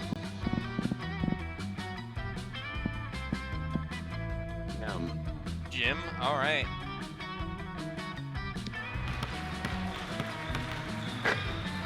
Another epic dodgeball match takes place. Many people fall during the battle. You can't take any more, so you valiantly go straight to the other team's leader and start negotiations for a truce. After hours of intense diplomacy, you commit to an agreement. What an unexpected twist. I gained 10 righteousness, but this game is so wrong in so many ways that you would be lucky if you could do anything with that. And +2 charm. In the next game, you find yourself stuck on a team with Calculester, Miranda, and Liam, 3 great friends with hot bods, but 0 dodgeball skills. Lameness detected. Correction. Aggregate team dodgeball skills index, -5.6. Fine, I'll just show myself out then. So what, Calculester? Oh, sorry. So what, Calculator? We may not be very good at dodgeball, but we've got something even better on our side. Me. I am a princess. The other team doesn't even have a lowly viscount. Victory is ours by divine right. We're obviously the charismatic underdogs in this situation. The other team might win the game, but we'll win the moral victory. Negative. The opposing team is a group of scrappy youths from the wrong side of the track. They're roughly 86% more sympathetic than we. According to my calculations, there is no logical way for us to achieve victory, moral or otherwise. Nonsense. Vanderbilts don't lose, not at international intrigue and not at dodgeball. We'll simply have to find a way of winning beyond logic. Now, who among us is the most illogical? Oh, of course, Wildfire. What shall we do? Wow. Calling your ass out.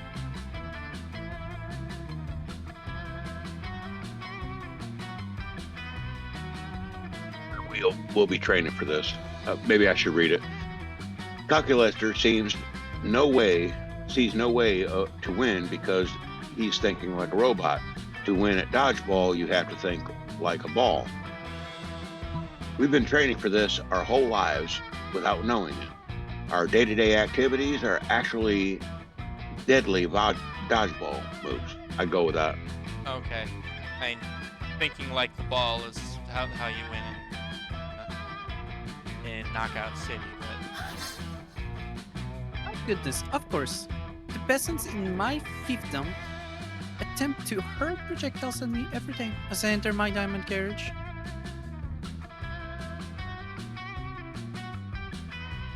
Touch them all, making you an invincible dodgeball player after all. no, she probably just ignores them really well, and if she doesn't acknowledge that she got hit, then she can't be called out for it. But no, I have my servants sent in a way so that the projectiles hit them instead. And there's no reason they can't do that here as well. Now that also works. Plenty of reasons, such as the rules of dodgeball, but no one wants to argue with Miranda's armed guard, so there you go. Okay, we've got protection now, but how are we supposed to fight back? All I do all day is drink blood and have objectively correct opinions about art. That's also untrue. That's it, Liam. Go up to the other team and Criticize their opinions about art? I thought this day would never come. no, drink their blood. It'll be too late to dodge your throws. Oh, well, that's fine too, I guess. What about you, Calculator? What everyday action will you use to aid us? I will shoot hornets out of my chest. It's very distracting. Through the combination of military force, vampirism, and swarms of stinging insects, you turn the dodgeball game into a complete slaughter, just the way it was meant to be. You gain 2 boldness and 1 fun. Why can't we do that in normal dodgeball? Like, last time I shot hornets out of my chest, I got disqualified. Yeah, but this is Monster thing, so. Let's go. All right, where do you go now that your cat's gone? I'll just go to the library. Work out for you. Get some money, try to buy her off. Playing poker. That day, you spend some time on the library's PCs playing some good old online poker. Gambling seems like a stupid and dangerous decision. No, it's not. Come on. Nah. But who cares? This time it paid off, so fuck it. You gained just 2 money. Liam and Damien stand over a pile of books Liam has gathered. They're scowling intently Can't as if believe the it's books have everywhere, personally wronged them. Right? It was just everywhere this time. Last time it was Vera, but we saw Vera like once. I mean, at least last time Vera was being romanced by somebody. That's true. Nobody likes Liam. He's just showing up. It's just always there. So mainstream. Our school teaches the most common, mainstream, basic material imaginable. I think there's only one thing we can do, really. In school to include works of value? No, burn the books. Damien, you're absolutely right. The fight against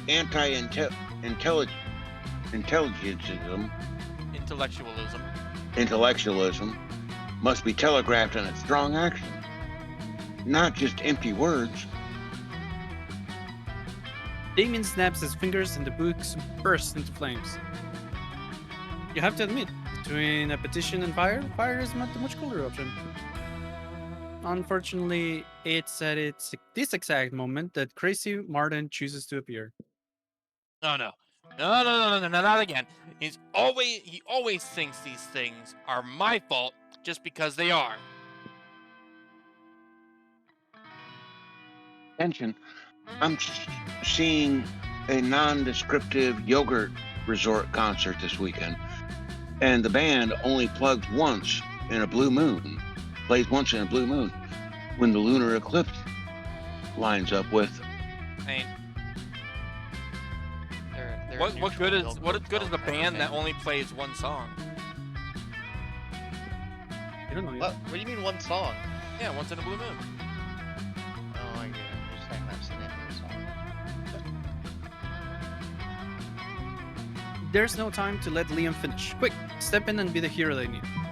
Blame Liam. No, let's burn down the entire library. No point of origin, no proof of culprit. I don't Alright. care about the other option. Just burn down the entire library. Not so bold. Damn it.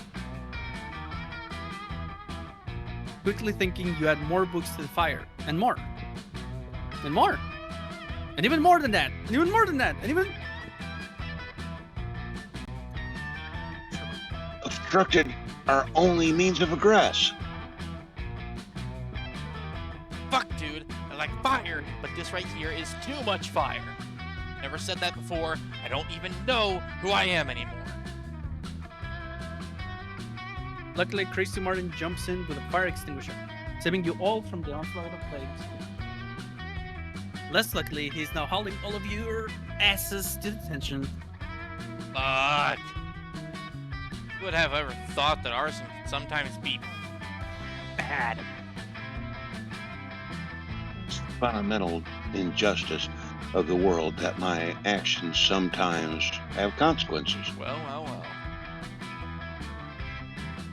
First of all, thanks to Crazy Martin's quick intervention, the library is still standing, which means more reading is inevitable. Gross. Lose two fun and one boldness. Yeah, Oh, I suck at this. what did that say? The most something person? Uh, It says Monster Prom draws near. Oh. Yeah, I'm going with Scott. Hey, bro. Yep. Gizmo, Yeah, of You know. course. you know I'm going with Zoe. Alright, Wildfire. Who's Wildfire going for? Polly. You're going for Polly, alright. Hi. Alright, and Ryson, are you on a twist of fate. Go left. going Damien? No, I'm going Miranda. Miranda. Miranda. Okay. Yep. Huzzah! Alright, let's see how this pans Let's out. do this. Wildfire, you're up first. Finally pluck up the courage and ask your beloved to go to the monster prom with you. What? Not a chance in the world, darling. What? Ah. It's not you. Not you, it's me. That's what they always say. And by that, I mean it's you. Bye. We tried See ya. and failed. Sorry. Damn, you're bad at interacting with people. To prevent from the sin of making such a bad choice, you were forced to walk around the school like in the nude, accompanied by a nun who chanted shame over and over and ringing a bell. Oh, bringing in Game of Thrones, huh? Classic. Let's go. Alright, Ryson. Finally, pluck up your courage and ask your beloved to go to the monster prom with you. Disgusting. Yeah, disgusting. I think of you as a sister. Actually, royalty are very into us, so let me correct that. Bleh. I think of you as highly unattractive. Ouch. I must decline. Ugh, disgusting. It all seemed pretty bleak, but you're a natural fighter, so you fought. For the right to marry your own hands, does that seem like the last chance of finding love? Holy crap. Yay. Sure.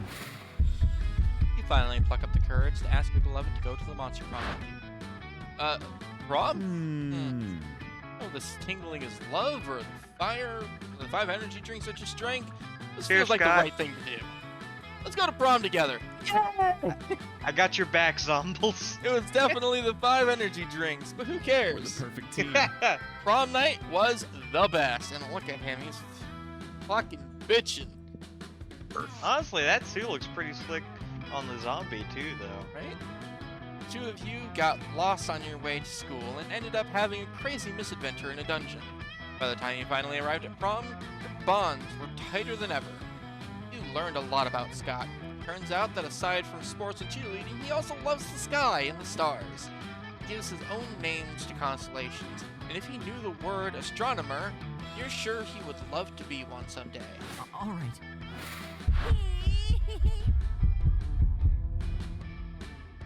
Hey, yeah, if it isn't my favorite prophet, you've been the best, Gizmo. Those cultists were just the worst till you finally did your thing. You care? And caring is sexy. And you know what else is sexy? An army of cultists that want to do anything to worship me and please me.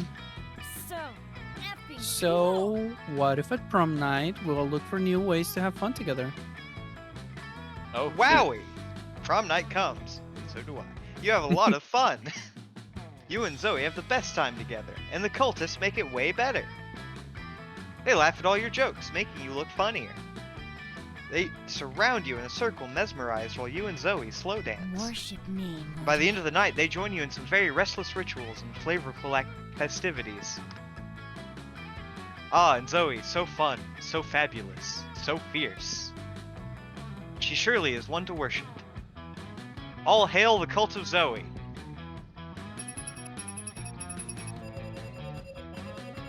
all right. You created a new cult. Congratulations. I got a secret ending. You're the best at shipping. Sorry, Well, Zoe's the best at shipping. And Wildfire was the best at actually learning something in school. I did jack shit. Oh no. I thought it was working too, because like the cat seemed to be warming up to you on some of those interactions, but then it just right? completely fell flat. I don't know what happened. They just told me to fuck off. Yeah, I don't know. Damn. Those 3 Funny. weeks were maybe the most epic and absurd weeks of our lives. After the Monster Prom, we kept on living our lives, falling in love, battling for friendship, and learning about who we could be. But you know what? Like it always does, life happened, and it was wonderful.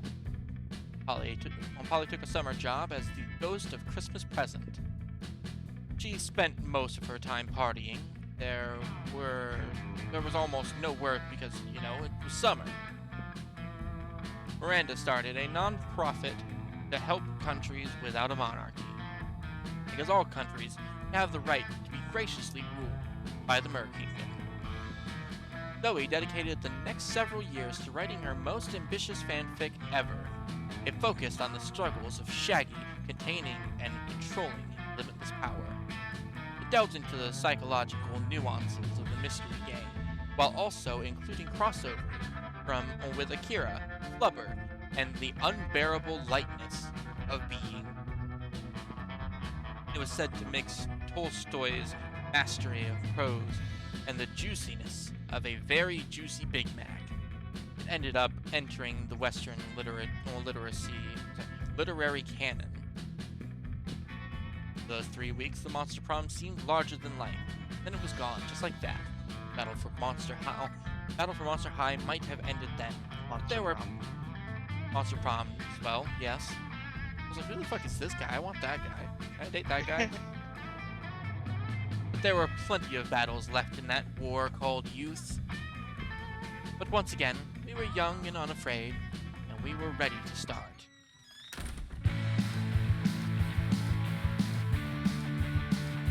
And that's Monster Prom.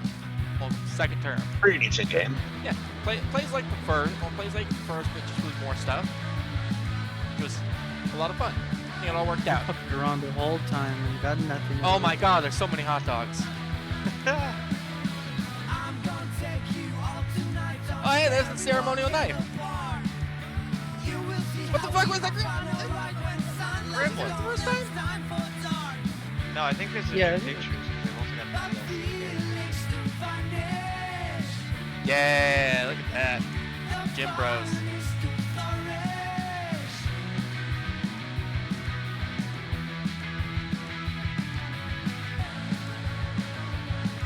I don't think I'd leave him making a legal move. I'm pretty sure he should be disqualified. Checking at the entrance, right on time. Got your tokens, got your glass. Just try to loosen up your mind. Get ready for a finish blast. But feelings to vanish. The fun is to flourish. Yeah, I think everything worked out just fine. Good for you. You won the game. No, I think that Gizmo won the game by literally creating a new cult. Y'all won the game, really. You got to, have your happy ending with Scott. Yeah, I finally got Scott. And I managed to form a cult. Which, by the way, Wildcat, the reason why we keep talking about Scott is because I tried to go for Scott the first time and it failed. So I was dedicated to having to get Scott this time around. I had to. Okay, Hey! yeah, I did win. There he is. Always have each other's rears. Oh my god, Unlocked. is that dragon Just meat? unlocked an erotic fanfic about dragons. It's about to get weird. Oh. Yes. Unlocked. The shop now has a paper map, so vintage. Unlocked. You have unlocked 14 new images in the gallery. Didn't realize there was a gallery.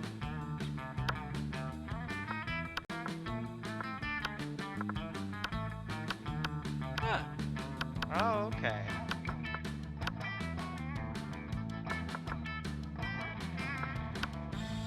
it is cool.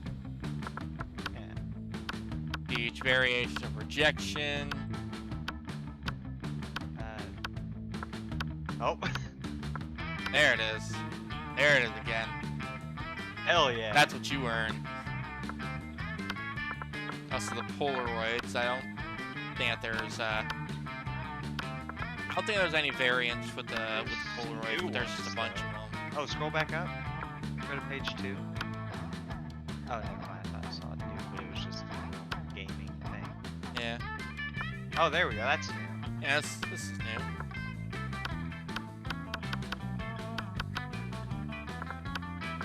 More art. This is from when the variation of Bitcoin mining.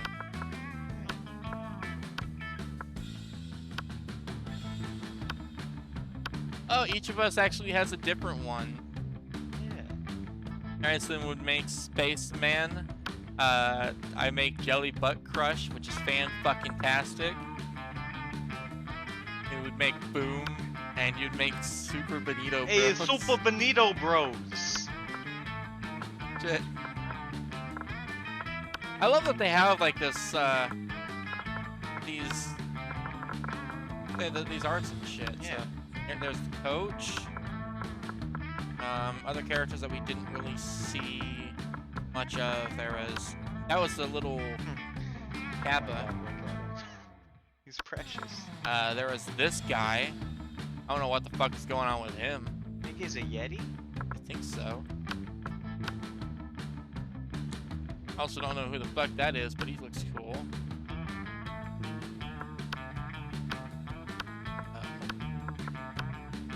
Oh. There's selection screen concept.